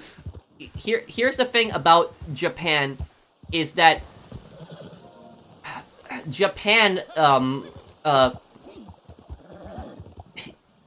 what I will tell you about it is that Japan is a very peaceful country today. If I was to name the top 5 most peaceful countries in Asia, Japan would definitely be on that list. But even though Japan is such a peaceful country today, it does such a really bad job at admitting to its history. It's a very, very, very bad job. Japan denies a lot of the bad things that they've done. Don't forget Castro's communist Cuba, of course. But the thing about Castro is that here's what I will say about Fidel Castro. Is Fidel Castro, if Castro never turned Cuba into a dictatorship, he would have gone down as probably like one of the best leaders in the Western world. And I'm not talking about his communism or anything like that, because during the Cuban Civil War, the Cuban Civil War, Cuban Revolution, Castro was not really a communist at that time when the Cuban Civil War was raging. Castro was kind of more a left-leaning guy, but he was not necessarily a communist. He actually looked up to America at one point. He did. He wrote letters to FDR. What happened was after the Civil War in Cuba, when Batista had gotten kicked out of Cuba, because Cuba, what people don't know about the Cuban Revolution is that the government that was in Cuba at the time before the revolution was bad. It was a military dictatorship. That was basically a puppet of the CIA, which was Fulgencio Batista. He was the dictator of Cuba. Now, Batista was an absolute, scumbag, a terrible human being. Batista had actually brought in the mafia into Cuba, and the mafia had purchased up casinos and hotels, and the mafia could actually use Cuba as a safe haven, where they knew that they weren't going to get arrested, they knew they wouldn't get charged. Cuba was basically like paradise for the mafia, because the mafia knew that they could get away with anything in Cuba, and they would not get arrested. So, if you watch The Godfather 2, when you see, like, Michael Corleone and Hyman Roth and all those other mafias in Cuba, that actually happened. The mafias came into Cuba, they built up a bunch of casinos, hotels. After the revolution, the mafias actually lost all that stuff, and they fled for the most part. But, Castro, after the revolution happened, Castro actually declared himself a communist after the revolution, and he turned Cuba basically into his own military dictatorship, and he put up camps, he started murdering political opponents, and so a lot of the revolutionaries in the Cuban Revolution were not bad people. A lot of the revolutionaries actually fought for freedom and democracy in Cuba. And so a lot of the people that were actually involved in the Bay of Pigs invasion. So the Bay of Pigs is when the CIA basically trained like a couple thousand, Cubans to storm the beaches of like, where the Bay of Pigs is, and to basically overthrow Castro's government. A lot of those Bay of Pigs rebels were actually originally Cuban revolutionaries. They fought in the Cuban Revolution on the same side as Castro. But what happened was Castro had betrayed them. So a lot of the people that were involved in the revolution were good people. They wanted change in Cuba. And there was even an American who had fought in the Cuban Revolution, and he was like a top commander in the Cuban Revolution. And I forget what his name was. I talked about him in my Godfather 2 videos. Let me see here. Operation Northwoods was basically a CIA plot to create a false flag to invade Cuba. Kennedy actually vetoed it, which is why people think that the CIA assassinated Kennedy. Let me see here. American who fought in the Cuban Revolution.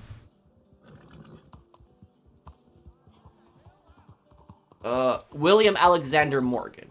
Okay, so William Alexander Morgan, he was an American who had fought in the Cuban Revolution, and he had fought for freedom and democracy in Cuba. He went to Cuba as a volunteer, he became a top commander, and there's even pictures of him with Castro, so you actually see pictures with him and Castro and other, like, Cuban revolutionary leaders during the revolution.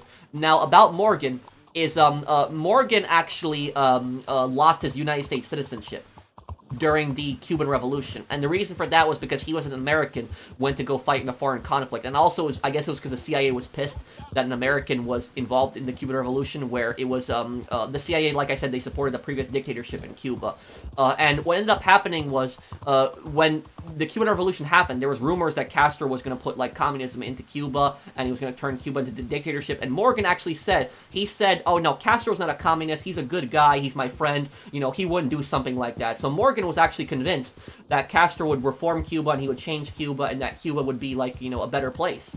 But nope, Morgan's worst nightmare happened. Castro turned Cuba into a communist dictatorship, and Morgan got really pissed. He felt like the revolution that he fought for democracy and freedom in Cuba was for nothing.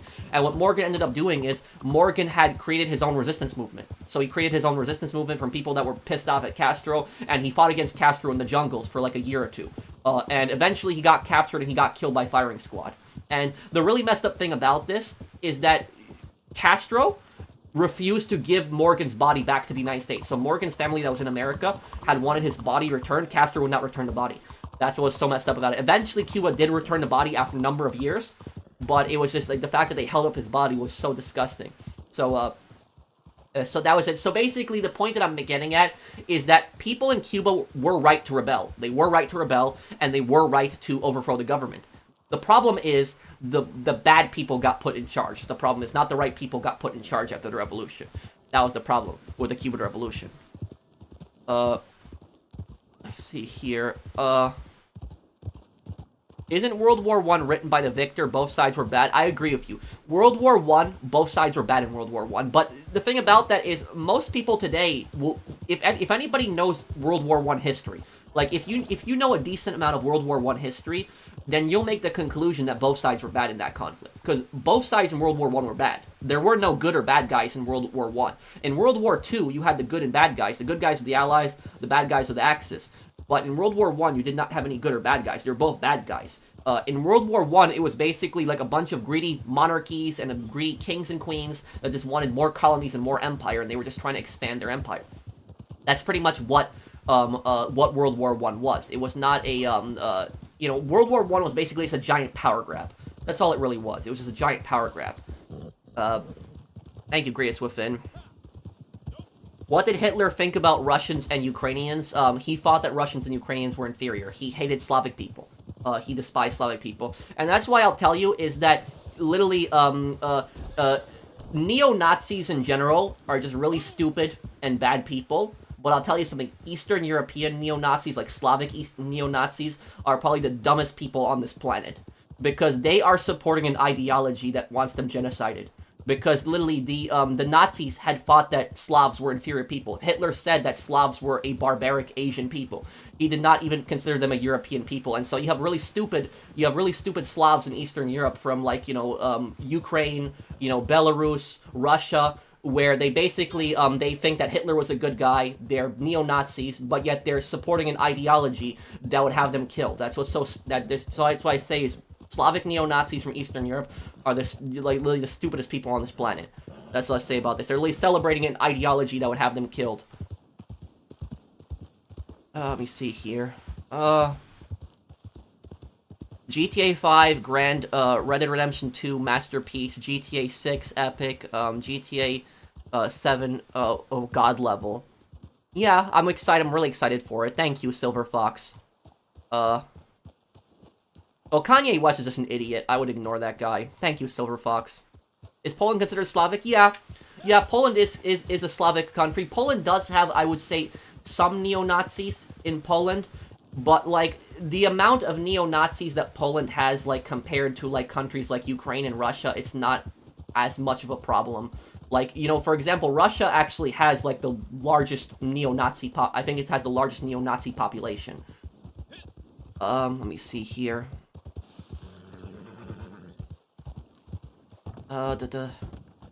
Same with people here in the US. Yeah, well, Hitler thought that Americans were an inferior people. He did think that, too.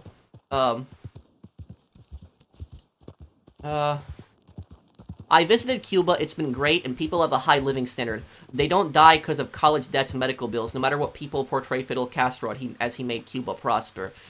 Well, let me ask you then, King, what would you say to all the people that literally live in America?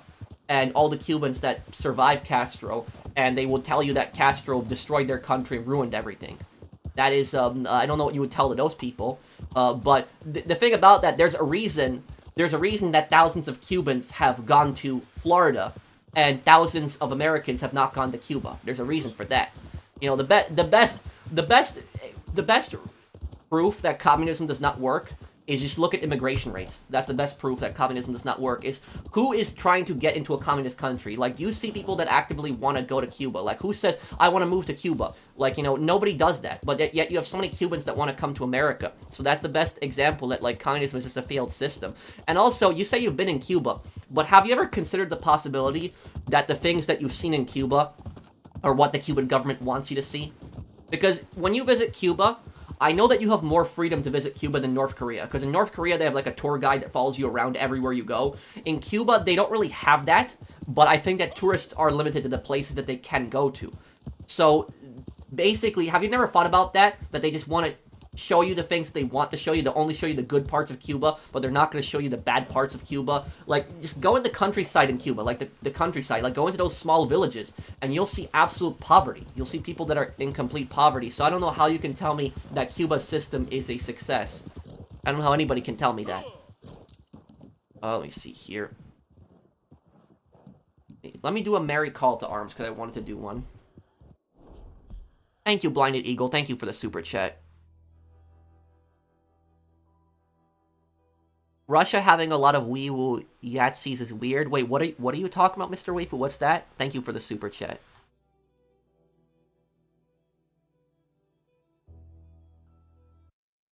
My country is guilty of supporting the Khmer Rouge against Vietnam in 1979. Is your country China? Because China supported the Khmer Rouge. You know a lot, oh my god. Thank you, but I don't like to say that I know a lot. I just like to read a lot. That's just why I like to read history particularly. He's not getting any progress. Well, it does. I'm gonna do a call to arms now, so we're gonna do a mission right now.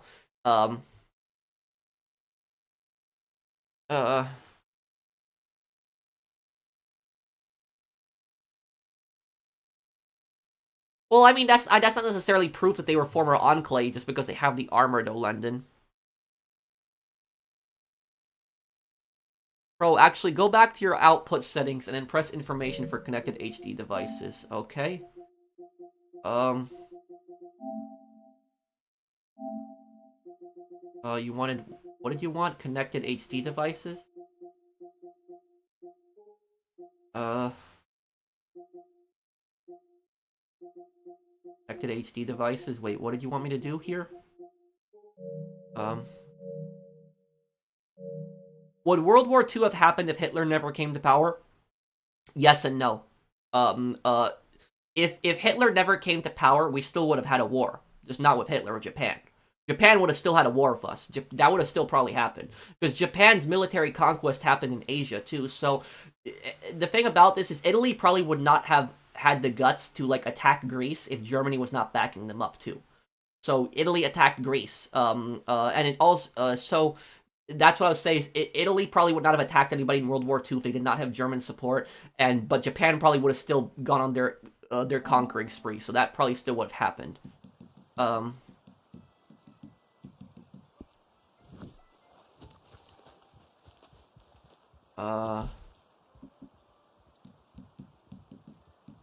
Because a lot of people, when they think,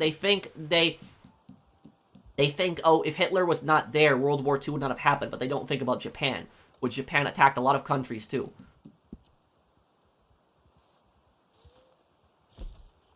Let me see. Wonder what the manor is. We'll try that one.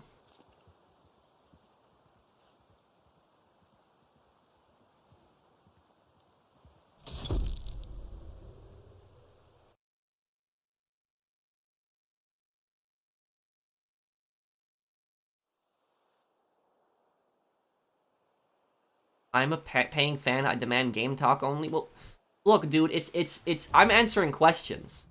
So if you don't like the things that I talk about, like when I talk history and stuff like that, then complain to people in chat because I'm answering questions. So the topics that I'm talking about are the topics of history that people specifically ask me about. People know that I like and read history a lot, and so they ask my opinion on a lot of stuff.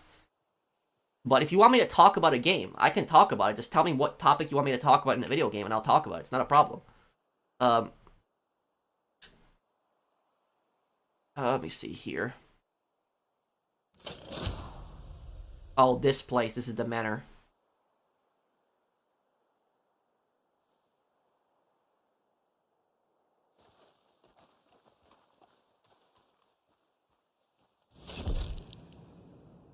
Did anyone get into my lobby?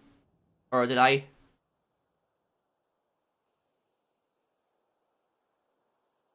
Thank you, Shark.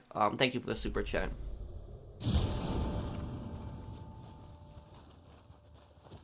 Oh, hey, what's up, everyone? I guess I connected with a few randoms. Okay.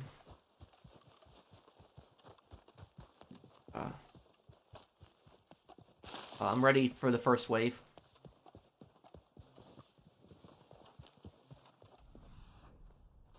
Yeah, do you want me to back out, Chaz, or do you want me to play in here? What do you guys want me to do?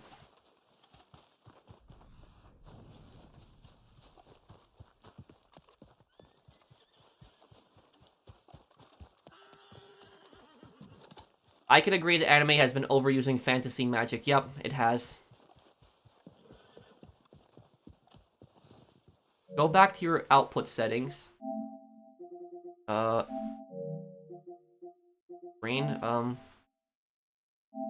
current, connected HD, device, but where exactly? Where is it, though? I read a new channel called The Historian. Oh, man. Guys, I'm ready.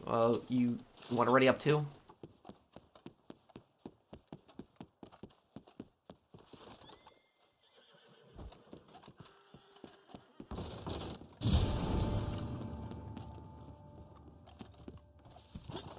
Thank you for the super chat, Mario. I do appreciate it. But I just personally don't want to talk about, like, you know, I don't want to talk about current conflicts, but I do appreciate the super chat, Mario.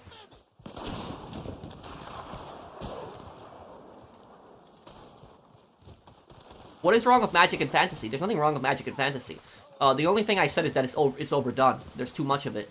Like, if you look at anime, like literally 90% of anime is some high school romance drama. It is some magic anime, some magic power stuff, or it's some robot mech stuff. That's literally like 90% of anime. And that's why I personally feel like, I don't know why they don't like make anime like on like mafias, like gangs. Like maybe do like a war anime, like, you know, something like that. Like, I know they exist, but they're not as common. Like, you know, you would think, like, you know, one thing that I'm generally surprised by is I'm generally surprised in the lack of World War II animes. That's what I'm generally surprised by. There is only one World War II anime that I saw. It was called Joker Game. That was the only World War II anime I saw, so I'm generally surprised that there's like no historical anime and like that there isn't that many on historical time periods.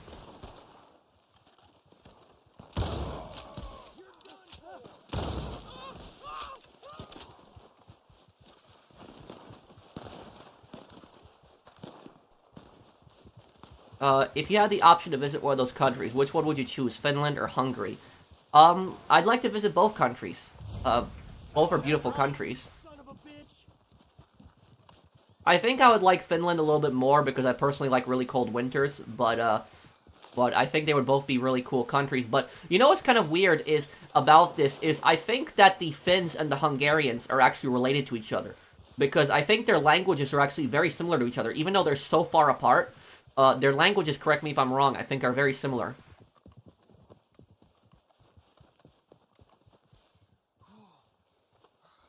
Information for connected devices. Okay, let me look here.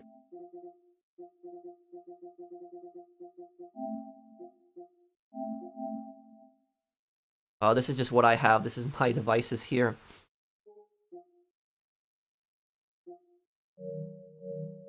Offers of history books that you've read. I actually have not read that many history books. What I read mostly online, I just read mostly online, not books specifically. I just like to read, like, historical articles. I watch documentaries a lot. I just like to just read just articles in general. But if you want to know my favorite source for reading history, that's actually a really good place to read history, is Wikipedia. I personally think Wikipedia is like the ultimate source of like reading history. And I know some people are going to say, Professional, really, Wikipedia? It's not reliable. I disagree, because I know a lot of these time periods that I've read about, I know these time periods pretty well. And what I see in Wikipedia is accurate. It is true, for the most part. I haven't really seen a false history page on Wikipedia. And if there is something incorrect that people do, it oftentimes gets corrected really fast. So you have like a community of historians that constantly make Wikipedia better. And the nice thing about Wikipedia, the reason Wikipedia is such a great site for history, the reason it's such a great site is, I'll give you an example. You could look up a World War II battle, right? A World War II battle. And what you could do when you look up that World War II battle, Wikipedia will tell you the two armies that fought in the battle, the generals on both sides, the casualties, and what it will tell you is it'll tell you like how the battle went, but it goes further than that.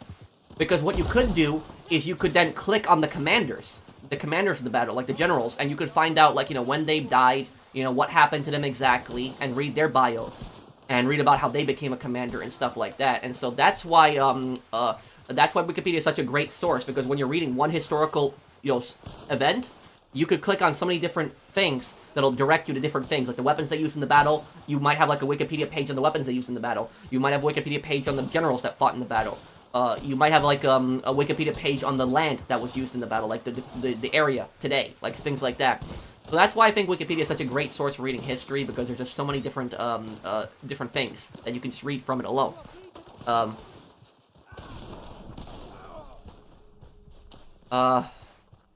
Thank you, thank you, Shmoo, if I'm reading your name correctly. Thank you, man. I may not be around for your Christmas Day stream, but I wish everyone here a wonderful holiday and hope everyone starts 2024 great. Thank you, Victor. Chaz, are you still here? Do you want me to back out? Do you want me to... Are you okay with me playing here, or do you want me to back out for you and Jess? Because I thought that you and Jess would connect with me. I did. But you guys didn't. Thank you, Victor Hugo Martinez. And thank you, Japan making an anime. What side are they going to portray, the barbaric Imperial Japan side, or the side that nuked them? In my opinion, I dislike anime. Well, the thing about Joker Game is, Joker Game was, actually showed some brutal Japanese officers, which I was very surprised by. The thing about Joker Game is Joker Game has a few different episodes, and those episodes take place in different parts of the war. So you see, like, the war in France. You see when there's one episode when Germany invades France, and then there's one episode with, like, the Japanese occupation of Shanghai. There's one episode with, I'm trying to remember what it is, but the point is, the episodes generally are different fronts. That's what they typically are. And there's like a bunch of different characters in the anime. That's what it is, what I'll say about Joker Game.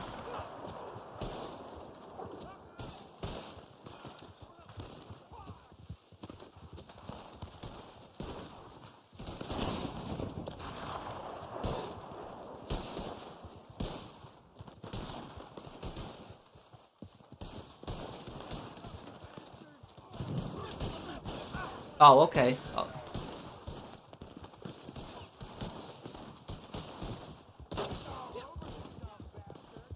Death flaps its wings for you.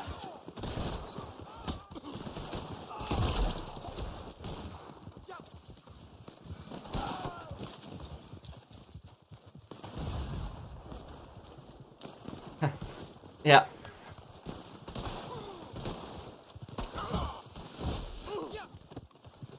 Well, thank you, dude. Okay, I'll stay, don't worry. No, I'll stay for you guys. I'll stay. I'll finish the match.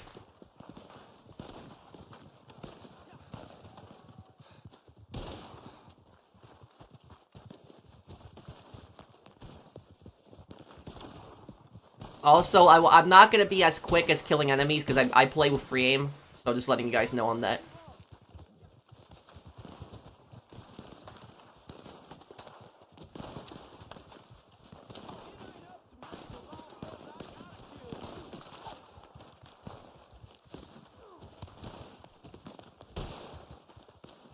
Yep, okay, we can do that.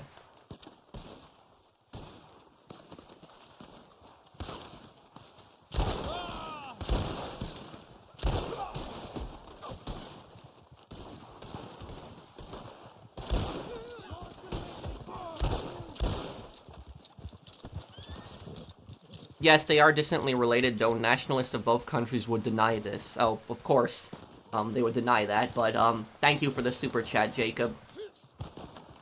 Thank you for that. I appreciate the super chat.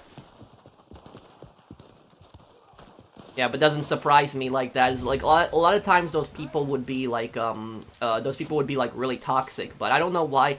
I honestly don't know why somebody would want to deny that like Hungarians and Finns are like related to each other, because I actually think that would be cool. That like you have another people that are like related to your people that are so far away. Let me see here. If you could visit any planet in the solar system, which one would you pick? Good question. Thank you, U20, for the super chat. I don't know. I honestly don't know. Honestly, I'll tell you something. Most of these planets, that are in, our solar system, a lot of these planets are, like, nightmare planets. Like, these planets are actually much scarier. Like, if you actually step foot on these planets. Like, Jupiter, you would just keep falling through it because it's a gas giant. Mars, you don't... While Mars is a little bit more stable, you wouldn't be able to breathe anything on Mars. And then there's, I'm trying to remember, I think it's Venus, correct me if I'm wrong, I think it's Venus that has, like, those insane windstorms that, like, go, like, 2,000 miles per hour. Like, one of the planets I know has, like, really powerful wind, but, like, the wind is so powerful it could actually rip your head off. Like, your head could actually be disconnected from your body, because that's how powerful the wind is on one of those planets. I forget which one it is, I think it might be Venus. And then there's, like, another planet where it's, like, I think it's, like, it's literally, like, a minus 400 degrees Fahrenheit, that's how cold it is, which that would just instantly kill you, just how cold that is.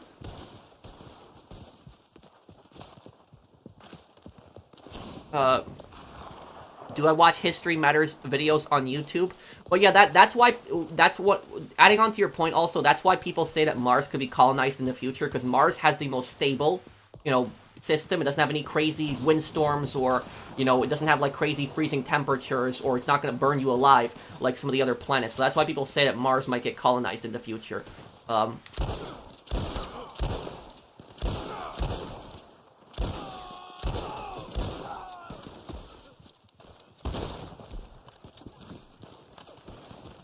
Do I watch History Matters videos on YouTube? Yes, History Matters. He's that British guy, right? He does, like, the little animations. He does the short little animations. I've seen his videos before, yes.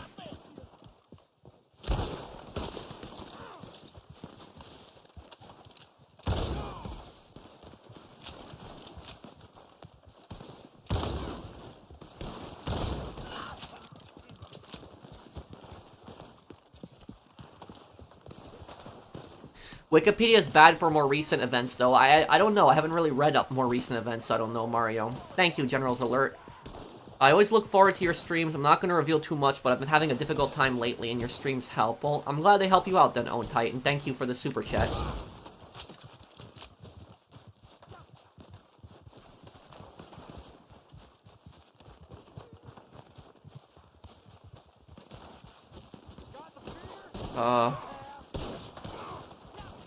I hope everything gets better for you, Own Titan.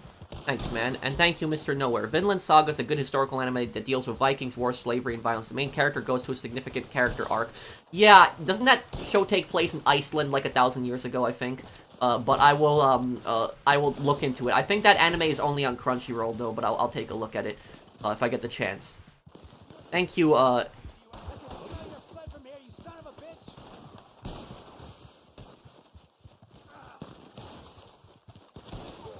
okay. I'll watch out.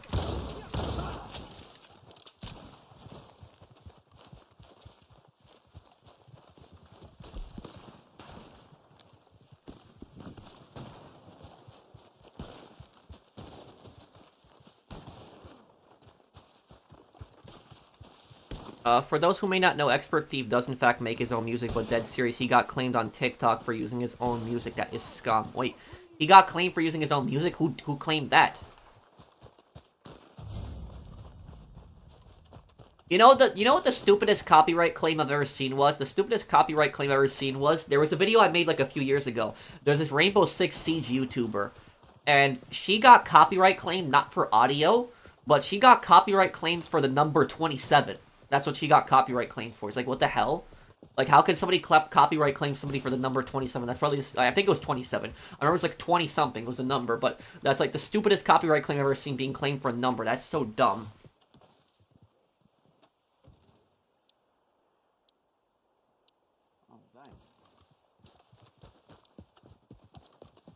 Oh,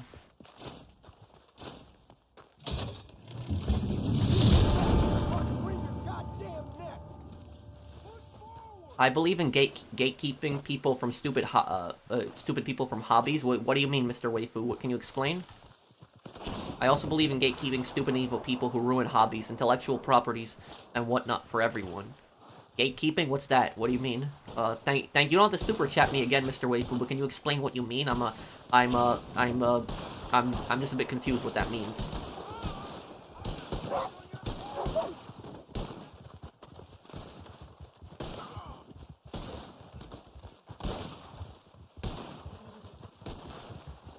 Can you please make a video where you travel to Lagos, Nigeria, and confront a scammer? You want to know something about that? I actually called the Nigerian Cybercrimes Division yesterday. So remember that police report I submitted on the Nigerian scammer?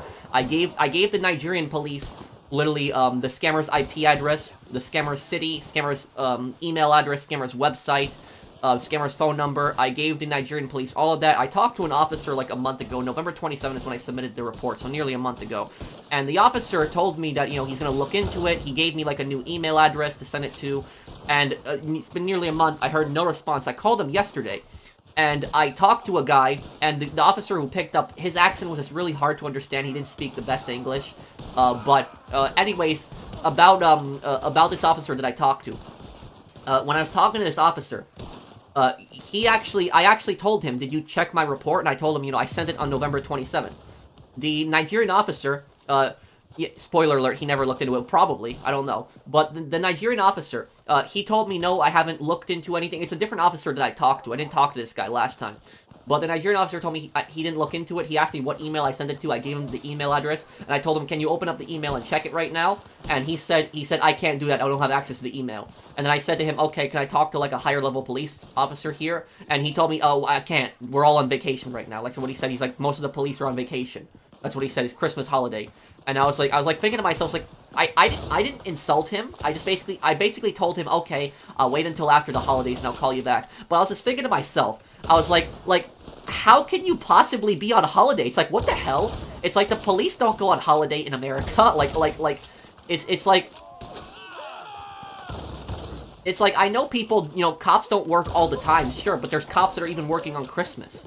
So it's like, the thing about that is, if you're running the Nigerian Cybercrimes Division, right, then you have to have a cop that's there at all times. I know that you can't have everybody staffed at once, I get that, but you have to have somebody there, at least somebody that knows what they're doing and can pull up the police reports.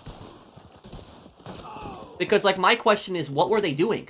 Because it's like, okay, you know, he could tell me, oh, the majority of cops are away because it's like the holidays. Okay, well then you should be able to help me. You should be able to pull up my report, and even if that, I'll tell you something, even if that cop was not the one who was in charge of like my investigation, my police report, he should be able to easily open up the email, check the status of the investigation, look into it, and say, okay, you know, Mr. Patrick, you know, your investigation is being looked into. We started on this day. This is what this police officer wrote in his report, and I will get back to you on this day. I promise. Like, you know, so that's proper police procedure. That's how you be a more professional police officer. Ironically, when I said professional, but that's what it is. So from what I'm seeing is, and look, a few of you guys that watch my channel are from Nigeria. I've seen some of your comments of you guys saying that you're from Nigeria too. I'm not trying to insult your country's police force. I have nothing against Nigeria, but it's like when I have like interactions like that with the police, where like I gave them the scammer's IP address, the scammer's city, you know, scammer's website, and they don't even bother getting back to me. They don't even look into it. That basically makes me think that the cybercrimes division has no idea what they're doing at that point. It's either I am convinced one of two things. Either the Nigerian cybercrimes division, either A, they are really incompetent and they don't know what they're doing, or B, they are in league with the scammers. It's either that. It's either they're just so incompetent they don't know what they're doing, or they are in league with the scammers. That's just basically what I'm convinced of at this point. Now you're dead. Let me see here. Have I heard about Mitten Squad's passing? Wait, who is that, General Alert? I'm sorry. I'm just. Thank you for the super chat, man. But can you explain who is that? Gatekeeping is basically calling out bad people who are trying to ruin a hobby. It's happened all of our favorite franchises like Saints Row, Halo, Mortal Kombat. Oh, so gatekeeping a Saints Row would be like calling out the GTA fanboys who call it a GTA clone, then, right? Because those people ruined Saints Row, constantly calling it a GTA clone. They basically killed it.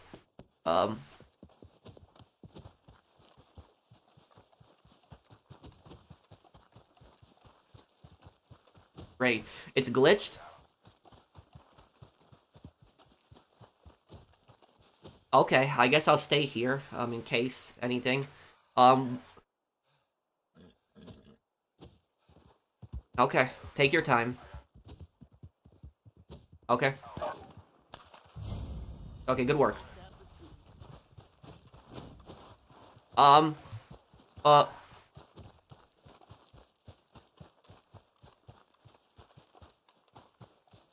Well, look, you guys want to know something? That phone call that I talked to the cop, where he's like, "We're all on vacation, we're all on holidays right now." I actually recorded that phone call with the Nigerian cop, so I'm gonna put that in the video up, and I'm basically, that's gonna be part of my larger video explaining why these scams are out of control. So I'm gonna be making a video why the scams are out of control, and that basically answers my question. A huge part of it is the police or just don't know what they're doing. Like that. I'm sure there's good cops in Nigeria, don't get me wrong, that want to do the right thing, but there's just so many cops that are just not doing anything about these scammers. And what I will tell you is the way these cops look at these scams is like in a place like Nigeria or a place like India, for example. When you report like a scammer to the police, even if you give the police the scammer's like location, like there have been YouTubers who have like hacked into the scammers like cameras, like they hack into their security cameras and they give it to the police, and the police don't do anything. The reason the police oftentimes don't do anything in like places like Nigeria or India is because what the police will basically be thinking, they'll be thinking, oh, they're scamming Americans. Americans are rich people, they have a lot of money, they can take a hit, they can take a loss, and so they don't care. They're like, oh, they're not scamming Indians, they're not scamming Nigerians, so we don't care. So that's ultimately what it's about. A lot of that is they just basically think, oh, you know, they're not scamming Nigerians, they're just scamming Americans, so why should I care? Well, the reason you should care is because you're an officer of the law, and a victim of a crime is a victim anywhere. It does not matter if the victim of the crime is outside of your country. What matters is the perpetrator, the person committing the crimes, is in your country. And you as an officer of the law have to uphold the law and arrest these people. That's what you have to do. So I don't know, like, why they are the Nigerian cybercrimes division. If I gave them the scammer's IP address, I'm sure they could at least do something with that. But it's like, I don't know, like, why they're just, a lot of times, just so incompetent. A lot of times they just don't know what they're doing. And what I will tell you guys on this is that there is, watch out for this guy here.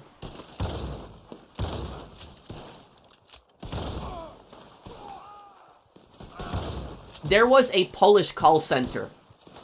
And when I say Polish call center, I'm talking about Polish scammers that were running a call center. And this happened a few years ago, and it actually happened not too far from where I grew up. It actually happened in Greenpoint, Brooklyn. And this was like a bunch of Polish scammers. They were in an office building, and they had their own scam operation set up. And what they were doing is these Polish scammers were actually calling up elderly Polish people. So they'd go through the phone books, they'd find like elderly Polish people, and they would speak Polish to them. Because Greenpoint is largely a Polish neighborhood. And so what the call center was doing is they would call up the elderly Polish people and they would do the grandfather scam. If anybody doesn't know what the grandfather scam is, what they would basically tell the elderly people is they would tell them, we are from the police and we have a Polish translator here who's talking to you. And they would say, you know, we are from the police, your grandson or your granddaughter has been arrested.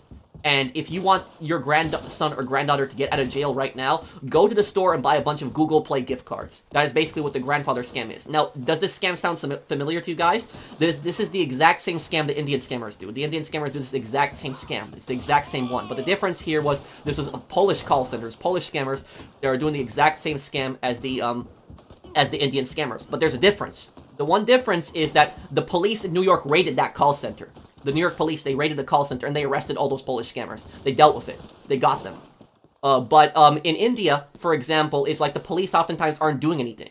And so that's why, like, I've seen so many videos where, like, the Indian police, they will, like, they might raid, like, a call center here or there, but then, like, 3 more call centers will pop up after that. And so, even when they arrest these scammers a lot of times, it's not the end of it, because the scammers are oftentimes released after a few months. So, you had a perfect example of that. It was like you had a scam call center in America, and the New York police dealt with it. They arrested them. They stopped these scammers in America. But and that's why they gotta do something about that. They have to honestly crack down on it, and they gotta do something about that.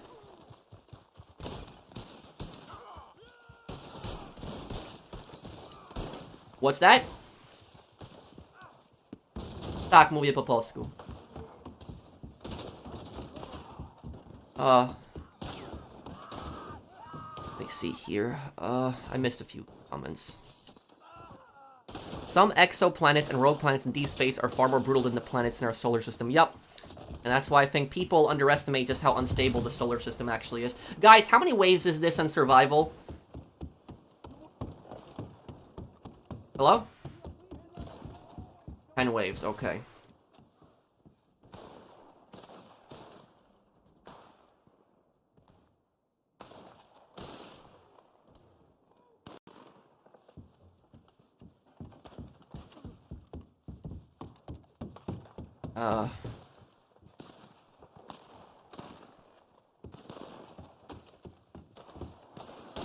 But yeah, I recorded that phone call with the Nigerian police, and when the guy said we're all on holiday right now.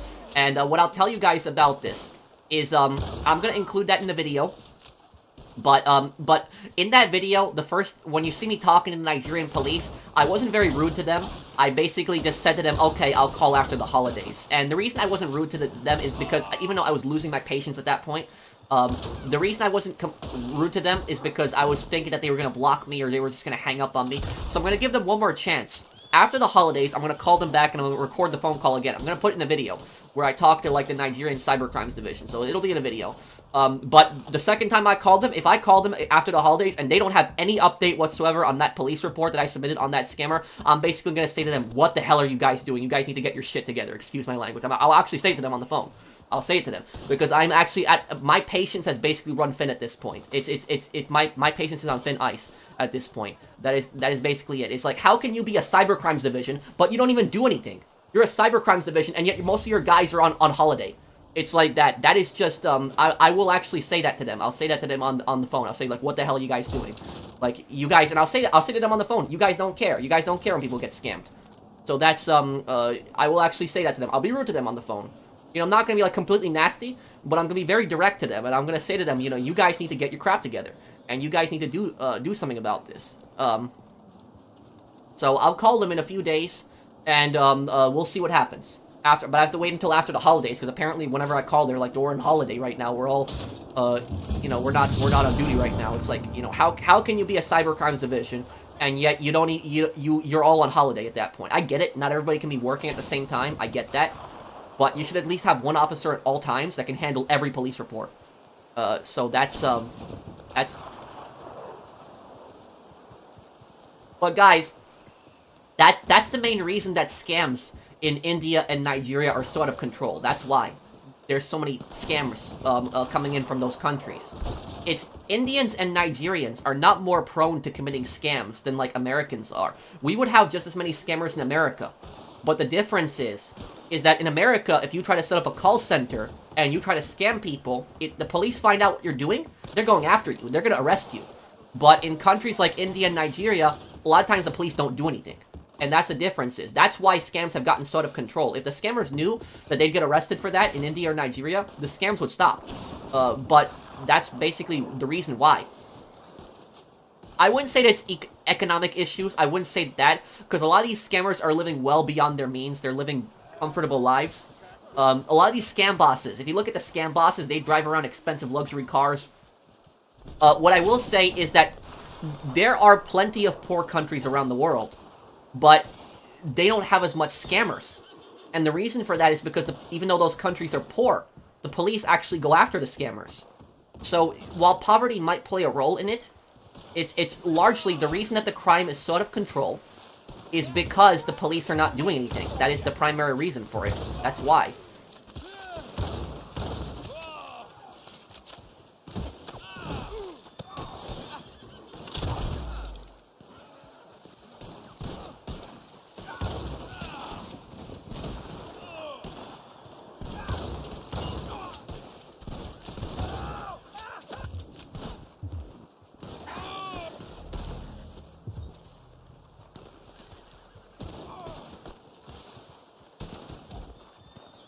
Okay.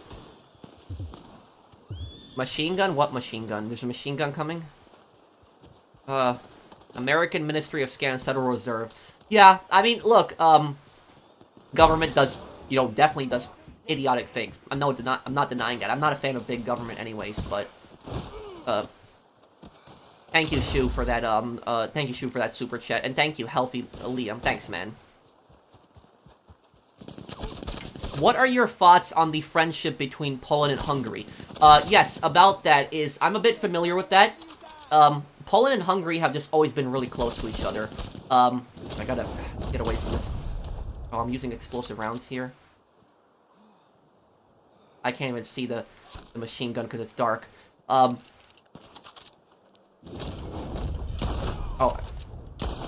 Okay, got him there. So about the Polish and Hungarian, I would say, like, bond. Oh, great.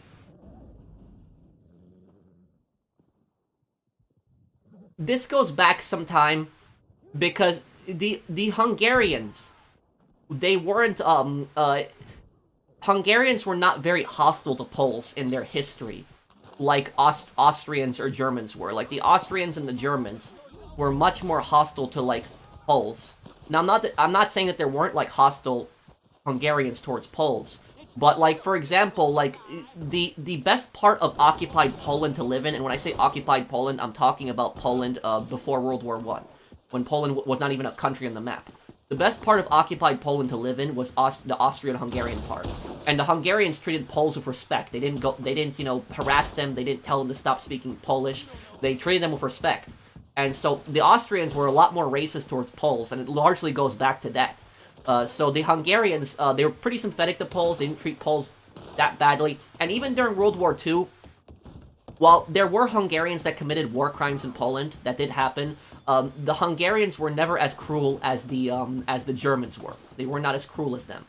So the Hungarians, they were a German ally, but they just did not commit, like, atrocities like Germany did in Poland. Yes, they did commit some atrocities in Poland, did happen, but it was not to the scale or to the level that Poland did. Like, Hungary did not, for as far as I know, yeah.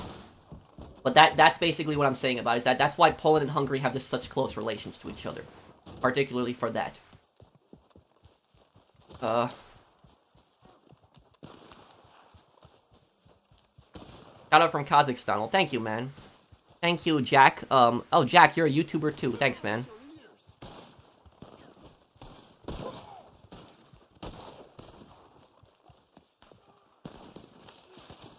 So yes, there were Hungarians that did horrible things during World War II. That's not what I'm saying. I'm not saying that they didn't. but they just were not as cruel towards Poles as, like, the Germans were. So that's what I'll say about it. That's why Poles and Hungarians don't have that much problem with each other.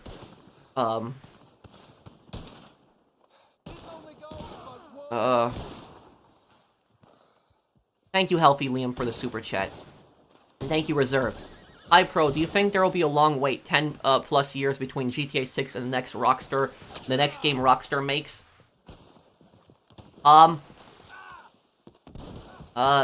There probably will be 15 years until the next game that comes out.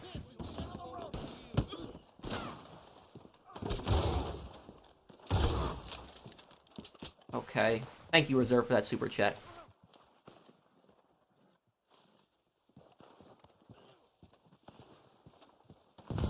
Would you ever be in a Mr. Beast video? Well, sure, but I don't see how it would be in a Mr. Beast video.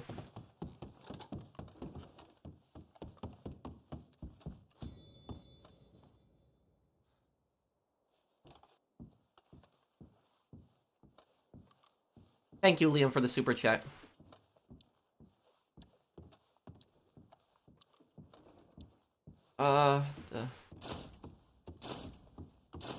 I need help, Pro. I used to live a bad life. Now I have a bad coke habit and poker addiction. That's how I make my living. Just feel alone. I do the same stuff every day. My past life haunts me.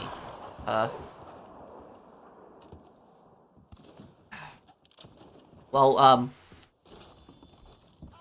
I would tell you that for the coke addiction, I would consider looking into some rehab. And you probably have some family members that will support you, because getting through a drug addiction, one of the more important things is to have people that support you around you. Like having close friends and family members. I'm sure there's somebody that would support you and help you get through that. As for the gambling addiction, it's a psychological addiction. It's this belief that people will constantly make money if they keep playing. Oh, right, I died here. If they keep playing, but people will win a little bit of money, and then what will happen is they'll lose that money next hand. And they'll think, oh, I'll get it all back next hand. They don't get it back next hand. Then they bet even more money, thinking they're going to get it back. They don't get it back either next hand. And so it just keeps happening. What I would say, I don't know if this is the solution. I don't know if this is the solution, but, I mean, try as hard as possible to just stay away from casinos. But what I've always said is that if anybody, I don't recommend any kind of gambling, but if anybody is going to do anything regarding gambling, anything, then I don't understand why gamblers just don't do the stock market. Because you could try to learn how to do the stock market, which technically is a form of gambling, but just much more safe because it's investing over time. That's like, a way that I don't know if that would help necessarily. Might be better not to do either one, but that's just what I'll say about it.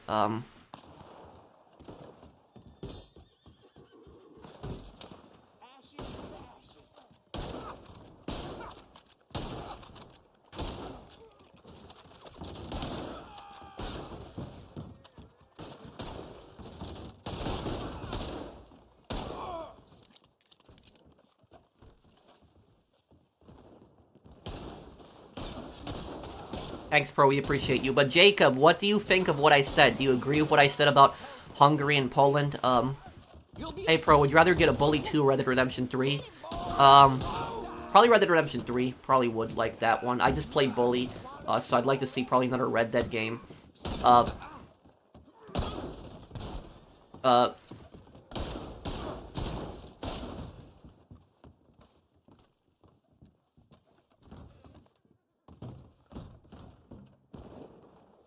But yeah, that's, so while the Hungarian government were scumbags during World War II, there were lots of Hungarian soldiers that actually saved Polish lives and hid Poles from the Nazis. And that is why, Poles largely have a very brotherly bond with Hungarians, because of that. So while there was Hungarians that did commit horrible atrocities against Poles, it did happen, there was a lot of Hungarians that actually saved Poles. It's Hungarian soldiers I'm talking, which they could have gotten executed for that. So there was more non-compliance from the Hungarians than I would say the Germans. Would I ever do a lore videos on Bully? Yes, I might do a video on Gary. Gary and the core message in the game might do that. This shall be transfigured.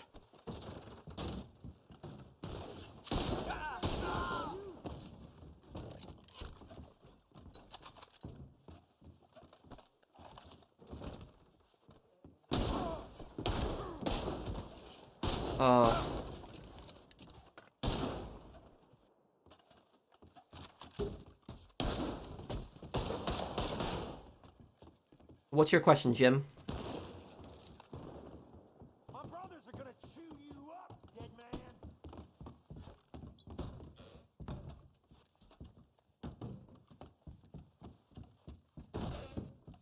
You'll beg me to kill you quick.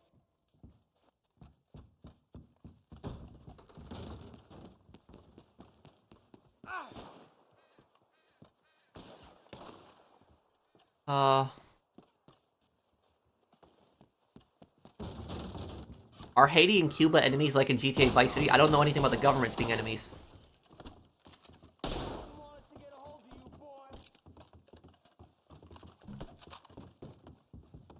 I'll be very interested in seeing you play that mission with, the Polish dude. If you ever do Red Dead Redemption 2 playthrough, yes, I agree with your point. Thank you, Jacob.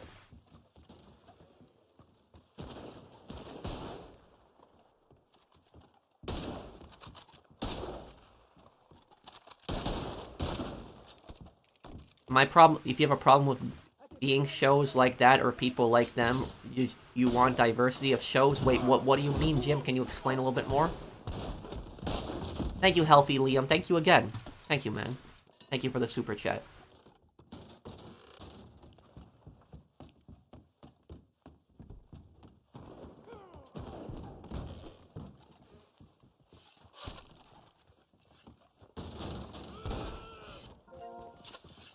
I'll take 3 years.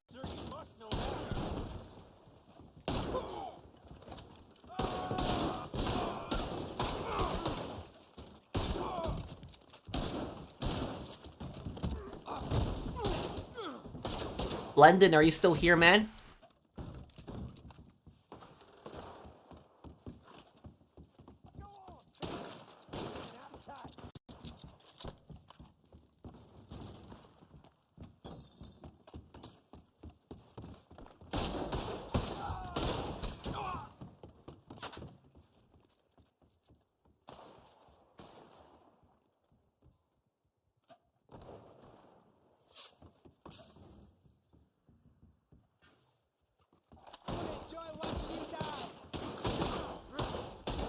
Let me see here. But what I would do if I was you, Lendon, is I would look up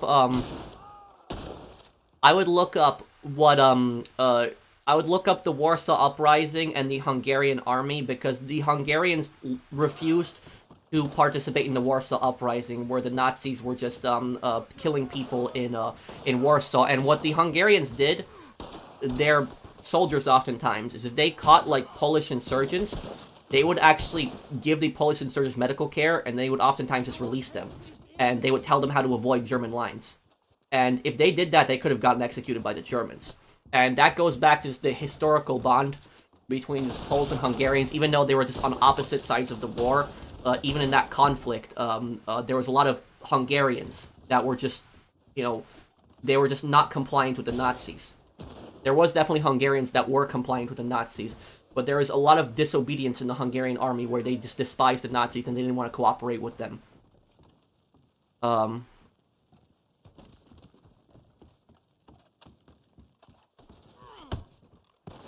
yeah, that is why I would say is Hungary is probably the only Axis country that Poland did not have issues with. I would say after World War II, like that it just goes back to bad relations because of that time.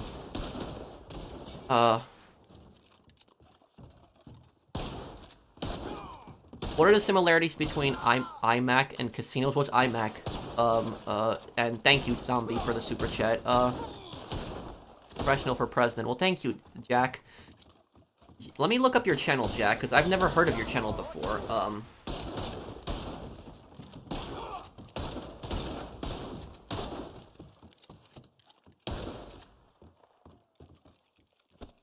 You have,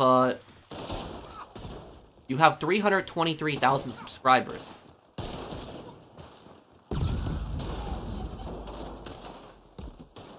Okay, I subscribe to you, Jack.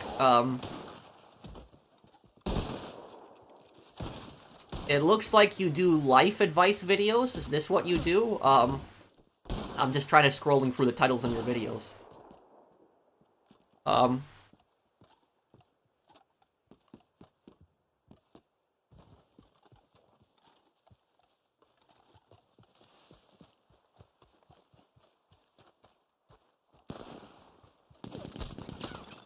Wasn't there a Nazi whose name was similar to a certain doll that kids play with?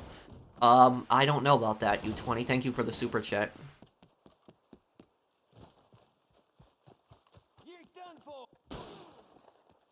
Oh, they can't revive me because I'm dead. Apple iMac computer. Oh, what's the difference between iMac and a casino? Oh, I don't get it though. What did Hitler think of Hungary? He saw the Hungarians as basically human shields for the Wehrmacht. He hated the Hungarians. And he hated the Hungarians. One thing that Hitler had claimed that one of the reasons that Austria-Hungary lost World War I was because the Hungarians were not loyal enough. And that's one of the things that he hated about the Hungarians. The reason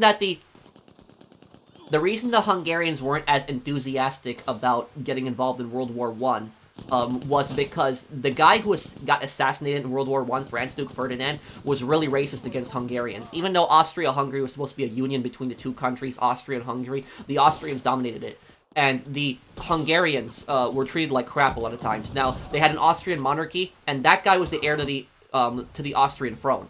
Now, Franz Duke Ferdinand hated Hungarians, and his own bodyguards were Hungarians, and he demanded that they speak Hungarian.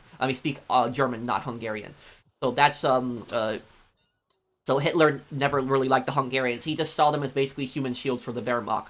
That's pretty much what he saw them as. Thank you, Healthy Liam, again for the super chat. But did I get your channel right, Jack? Do you give out, like, advice?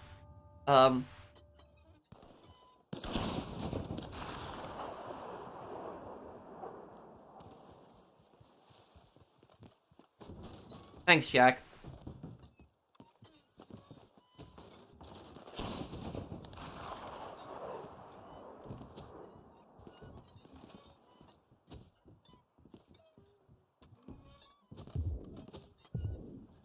Look around!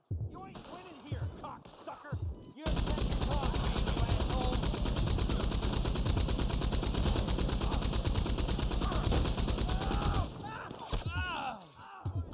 What the? Whoa. What?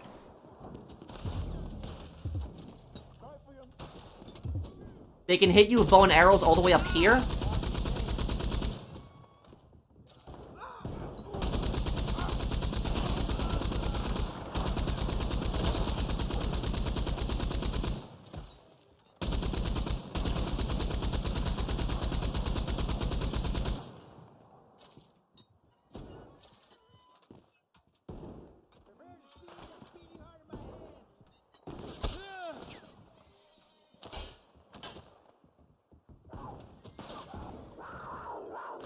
What the? Is that a mountain lion?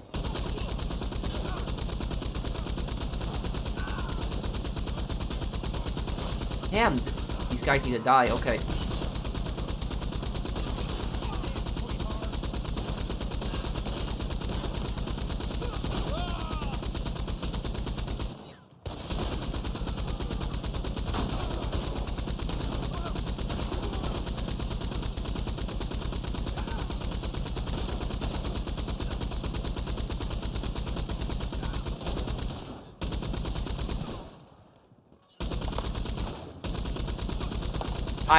I'm mowing them down in this machine gun. I've cut down a bunch of them already here.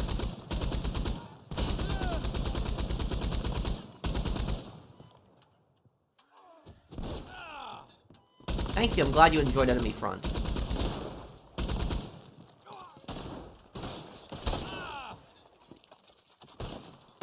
tonic.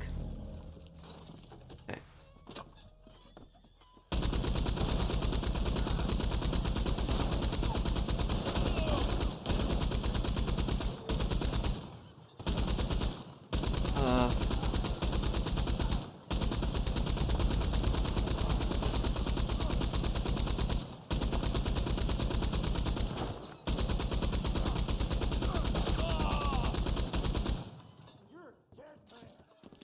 Thank you, Healthy Liam. Man, you're on fire with these super chats.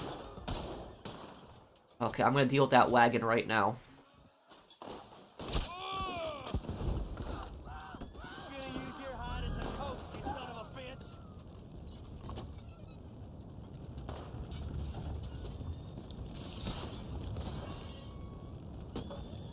Better hook the bullets, Cuba.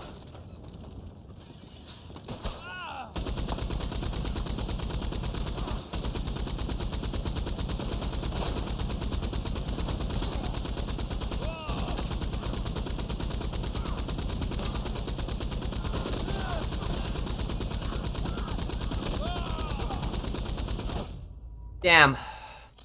I tried, guys. I killed so many on that machine gun. I probably killed 20 or 30 on that machine gun.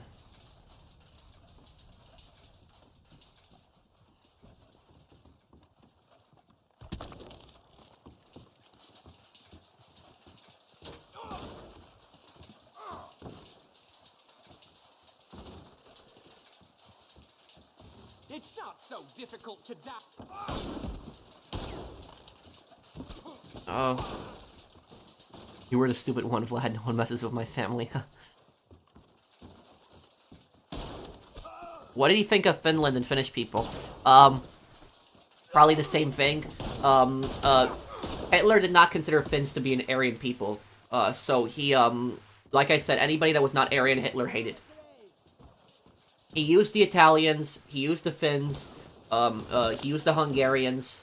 So these were countries, they were definitely guilty of being part of the Axis. But the thing about this is that what people don't understand is that Germany really had, Germany really had no true allies during World War II, because an ally is somebody that is your friend. But Germany saw themselves as superior to all their other allies. They saw themselves as better than all of their allies.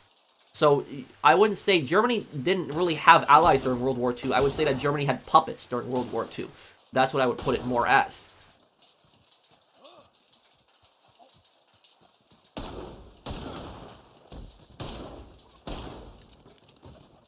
Will you make a video on the Insomniac breach? There's multiple articles you can use, and they make a statement similar to when Rockstar had to make one last year. It might actually work out for them in the end, because when the Rockstar leaks happened, people got even more excited for GTA 6.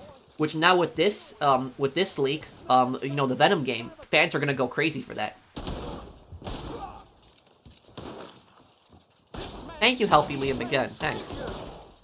What about Japan and Italy? Hitler considered the Italians to be inferior to Germans, and he considered the Japanese to be honorary Aryans. So that's what it... Yeah, so... There was not one country that Germany actually respected. Every single other country, they basically saw themselves as superior to them, even to the countries that were supposed to be their allies.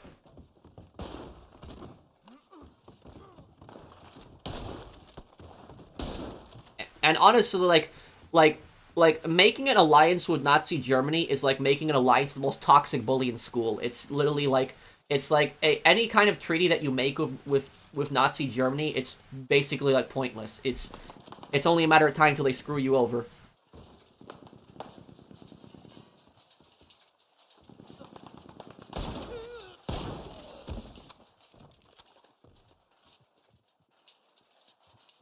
When are you gonna do a bully stream? On Sunday?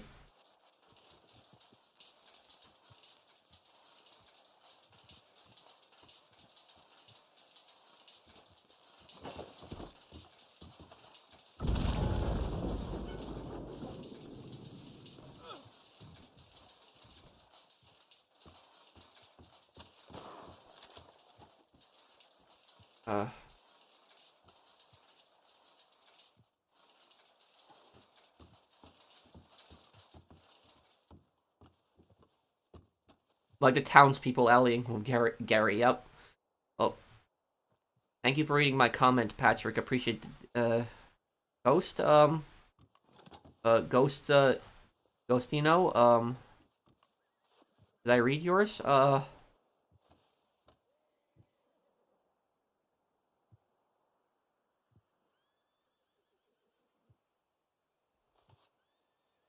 trying to think, which comment did you post again?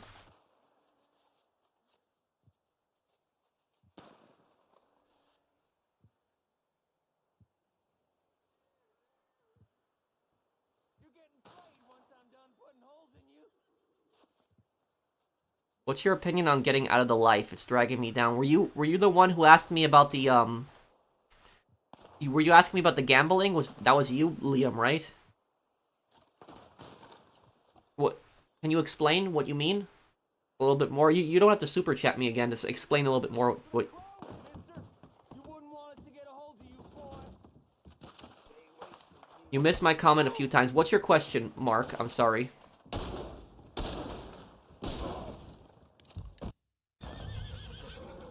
Okay, final wave here.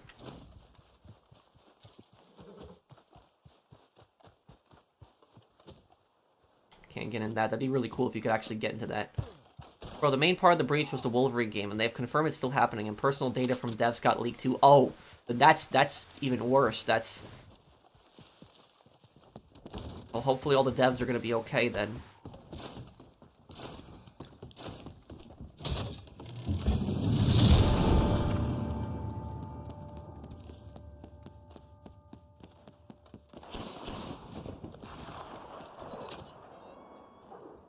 $100 enemies, wow, yeah.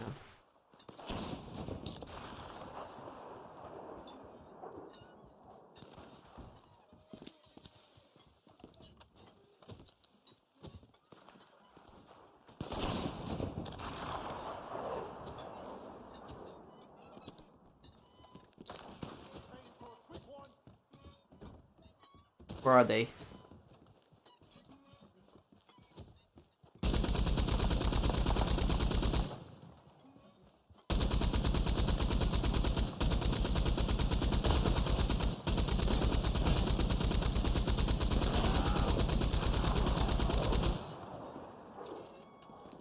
Okay, just got 3.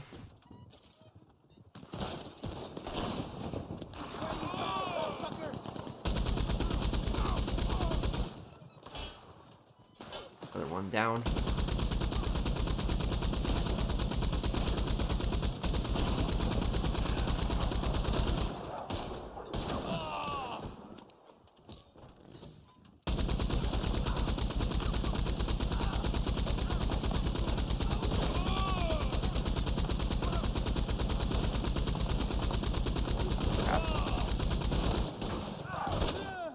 Damn, ah, crap.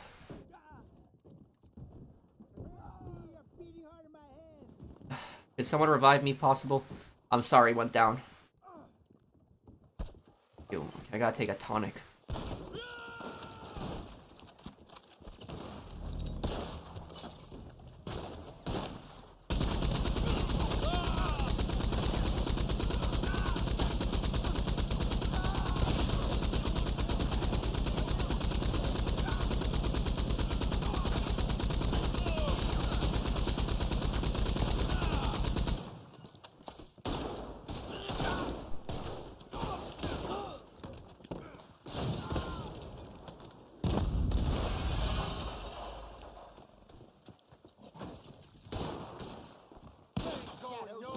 You already?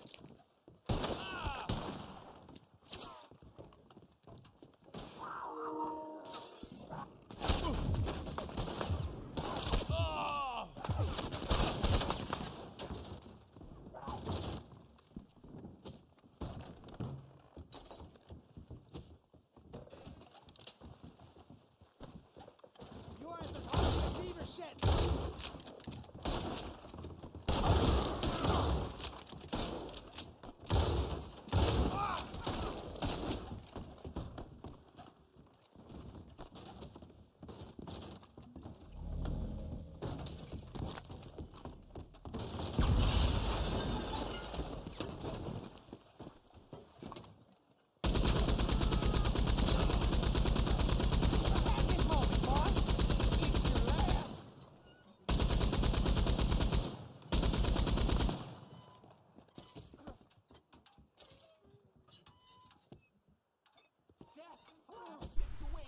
Okay, sorry about that, guys. Muted for a moment. I just had a phone call, so sorry about that. I forgot that I muted my mic.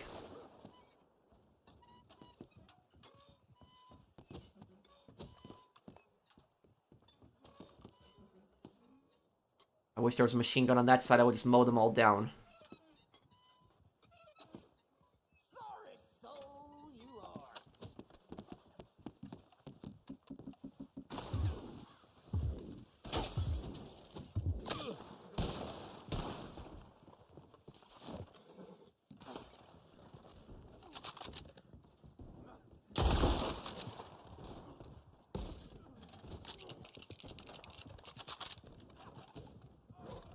It's only suffering from here, sir.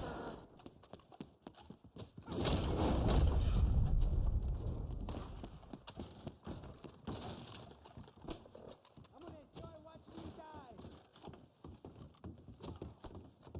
Crap.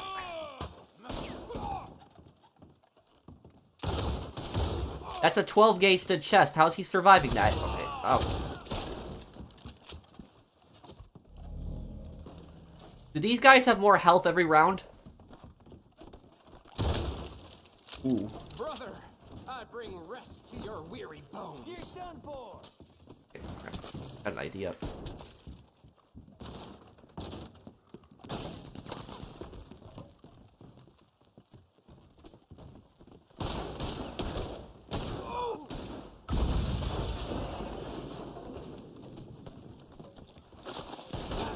Damn, You will bleed today, friend.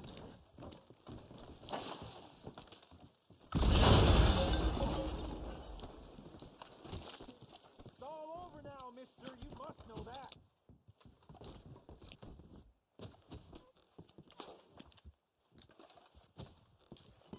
It's not so difficult to die.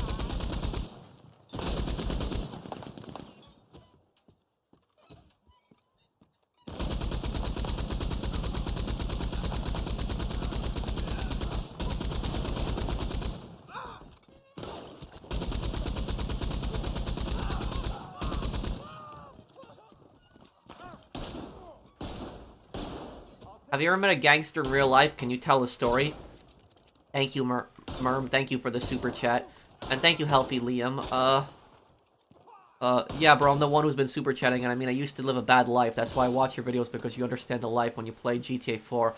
I don't know, man. I feel paranoid. Well, I mean, I just played, like, mostly crime games, but I wouldn't be, like, an expert to ask about things necessarily, but I would just say if you're going through something, and I've always found this personally helpful for me, is that if you're upset, if you're going through something bad in your life, the best way to a lot of times help get through it is to talk to people, like really close friends and family members. Sometimes your friends are actually more understanding than your family. Sometimes your friends understand you better than your family. That's what I've always found helpful, is just to talk to people.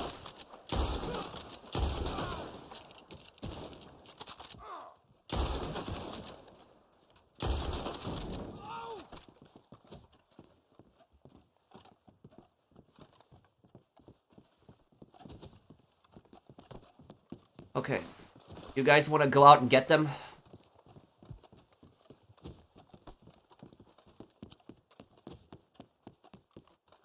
What, 10 of these guys left? Okay. So, sharpshooters are stationary, can tank one headshot, and are always headshotters. Plus, they have a Pinkerton accuracy. Okay. I'll just tonic myself. Thank you for telling me about that, Lendon. What show was that clip from the guy trying to find X... instead of Q? Oh, you mean the video where this video where I pissed off the scammers. That was from Ed and Eddie. Thank you, Bunny, for the super chat. And about meeting a gangster in real life, no, I have not met gangsters in real life, but I've seen gangsters in real life. My neighborhood that I grew up in New York City was controlled by the Genovese family. It was a mafia family in New York. And so I've seen people, you know, walk up and down streets, and everybody in the neighborhood knew that they were the gangsters. They knew they were part of the mafia. But nobody ever interacted with them. They didn't interact with you, and so forth. I can smell your blood from here, you son of a bitch.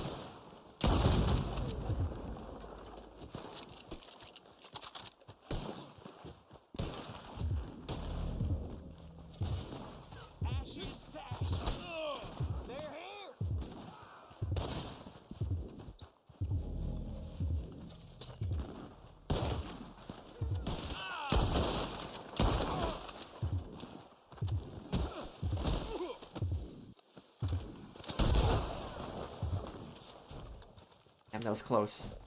You think Elon Musk is an idiot? No, I don't think he's an idiot because it takes a very smart man to be able to get the position that he's in. Now, do I think he does stupid things? Yes.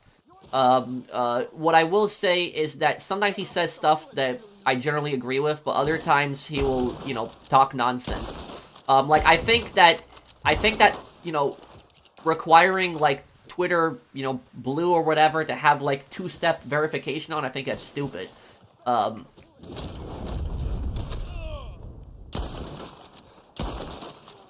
Thank you. That's everyone? We got everyone? We did. Got everyone. Thank you, General's Alert. And thank you, Echo. Thank you, thank you for the super chat. What I will tell you about,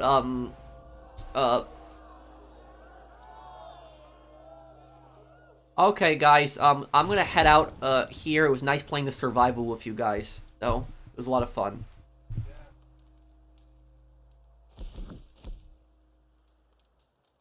Okay. I might message both of you guys a little bit later. Thank you guys for playing with me. How much money did we get from that? $512. Nice. Okay.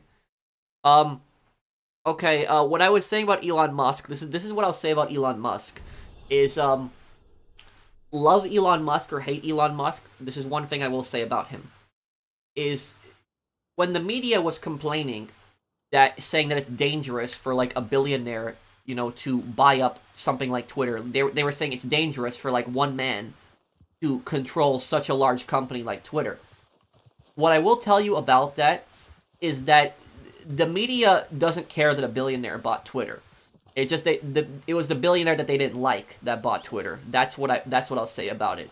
Because the media is fine with billionaires buying Twitter. They just don't want it to be Musk. That's the only difference. Because if the media was against billionaires running social media, why aren't they talking anything about Mark Zuckerberg? They don't say anything about him. Why don't they say about Jeff Bezos buying the Washington Post? That's, you know, a billionaire buying one of the largest newspapers in the country. They're perfectly fine with that. But with just Elon Musk, they just have a problem with him personally. So that's what it's personally about. So when I hear the media say, oh, it's dangerous for, like, a billionaire to own something like Twitter, I don't believe that. I think that the only reason they're pissed is because it's the billionaire they don't like. That's what it's ultimately about. Let me see here. Thank you, Healthy Liam, for the super chat. From what I understand, Finland only sided with Germany because they needed help fighting the Soviets. Well, Finland wanted their land back. The reason Finland sided with the Soviets because the Soviets took Karelia from them, which Russia still, you know, has to this day. But basically, Karelia was a region of Finland that the Soviets had invaded in the Winter War. Finland had fought on till the very end. They inflicted such heavy casualties on the Russians, but they couldn't keep fighting forever. And so they basically ceded that part to the Soviet Union. And so that was why Finland invaded the Soviet Union, because they wanted, you know, primarily to get their land back. That was what it was ultimately about.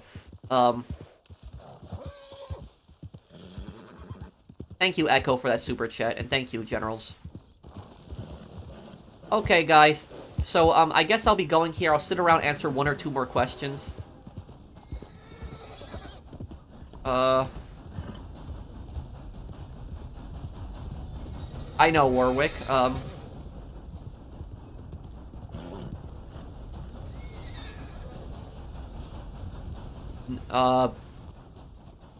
not sure what you mean, Razar? Any Razar?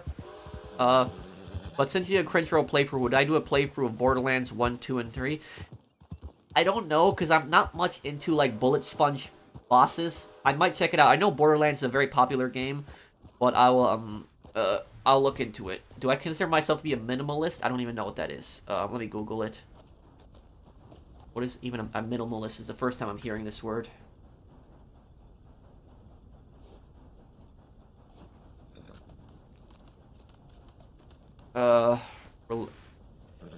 Advocating moderate political policies. Person advocating minor and moderate reform in politics. I'm kind of just more in the middle. I would say if I was to, you know, I don't normally talk politics, but what I will say is that if there was one political party that I would say that I have the most, you know, views with, I would say it would be the Libertarian Party. That was what I would say personally about my views. I just like smaller government, and I don't like I don't like high taxes. That's just generally my view on it. Now, of course, we got somebody this. I don't know why, but this Hey Pro, will I play Marvel Spider-Man Trilogy? I will eventually get around to playing it, yes. I'm not sure, Chase, on that. Do I play Metal Gear Solid? I played some of them when I was younger, not really much anymore today. Do I know who Cyrax is? No, I don't. Who's that? Is my family 100% Polish? My family is all from Poland, but my family is not all Slavic, if that makes sense, because people think that everyone that's from Poland is Slavic. My mom is Polish Slavic. My father is a Polish Tatar. So, my father's family are Polish Tatars, my mother's family are Polish Slavic. The Tatars are an ethnic group in Poland. They're a very small minority, but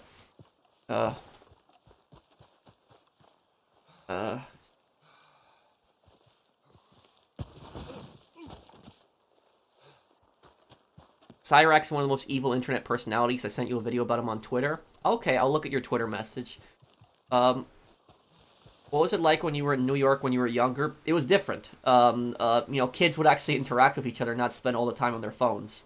One thing that I will say, when I was a kid, kids were really fascinated by World War II veterans. Like, World War II veterans were kids' heroes when I was a kid. They were our celebrities when I was a teenager. But now, the teenagers that I see, the kids today, their heroes are celebrities, like actors, musicians, stuff like that. Which I don't understand, like, why. They haven't really accomplished anything.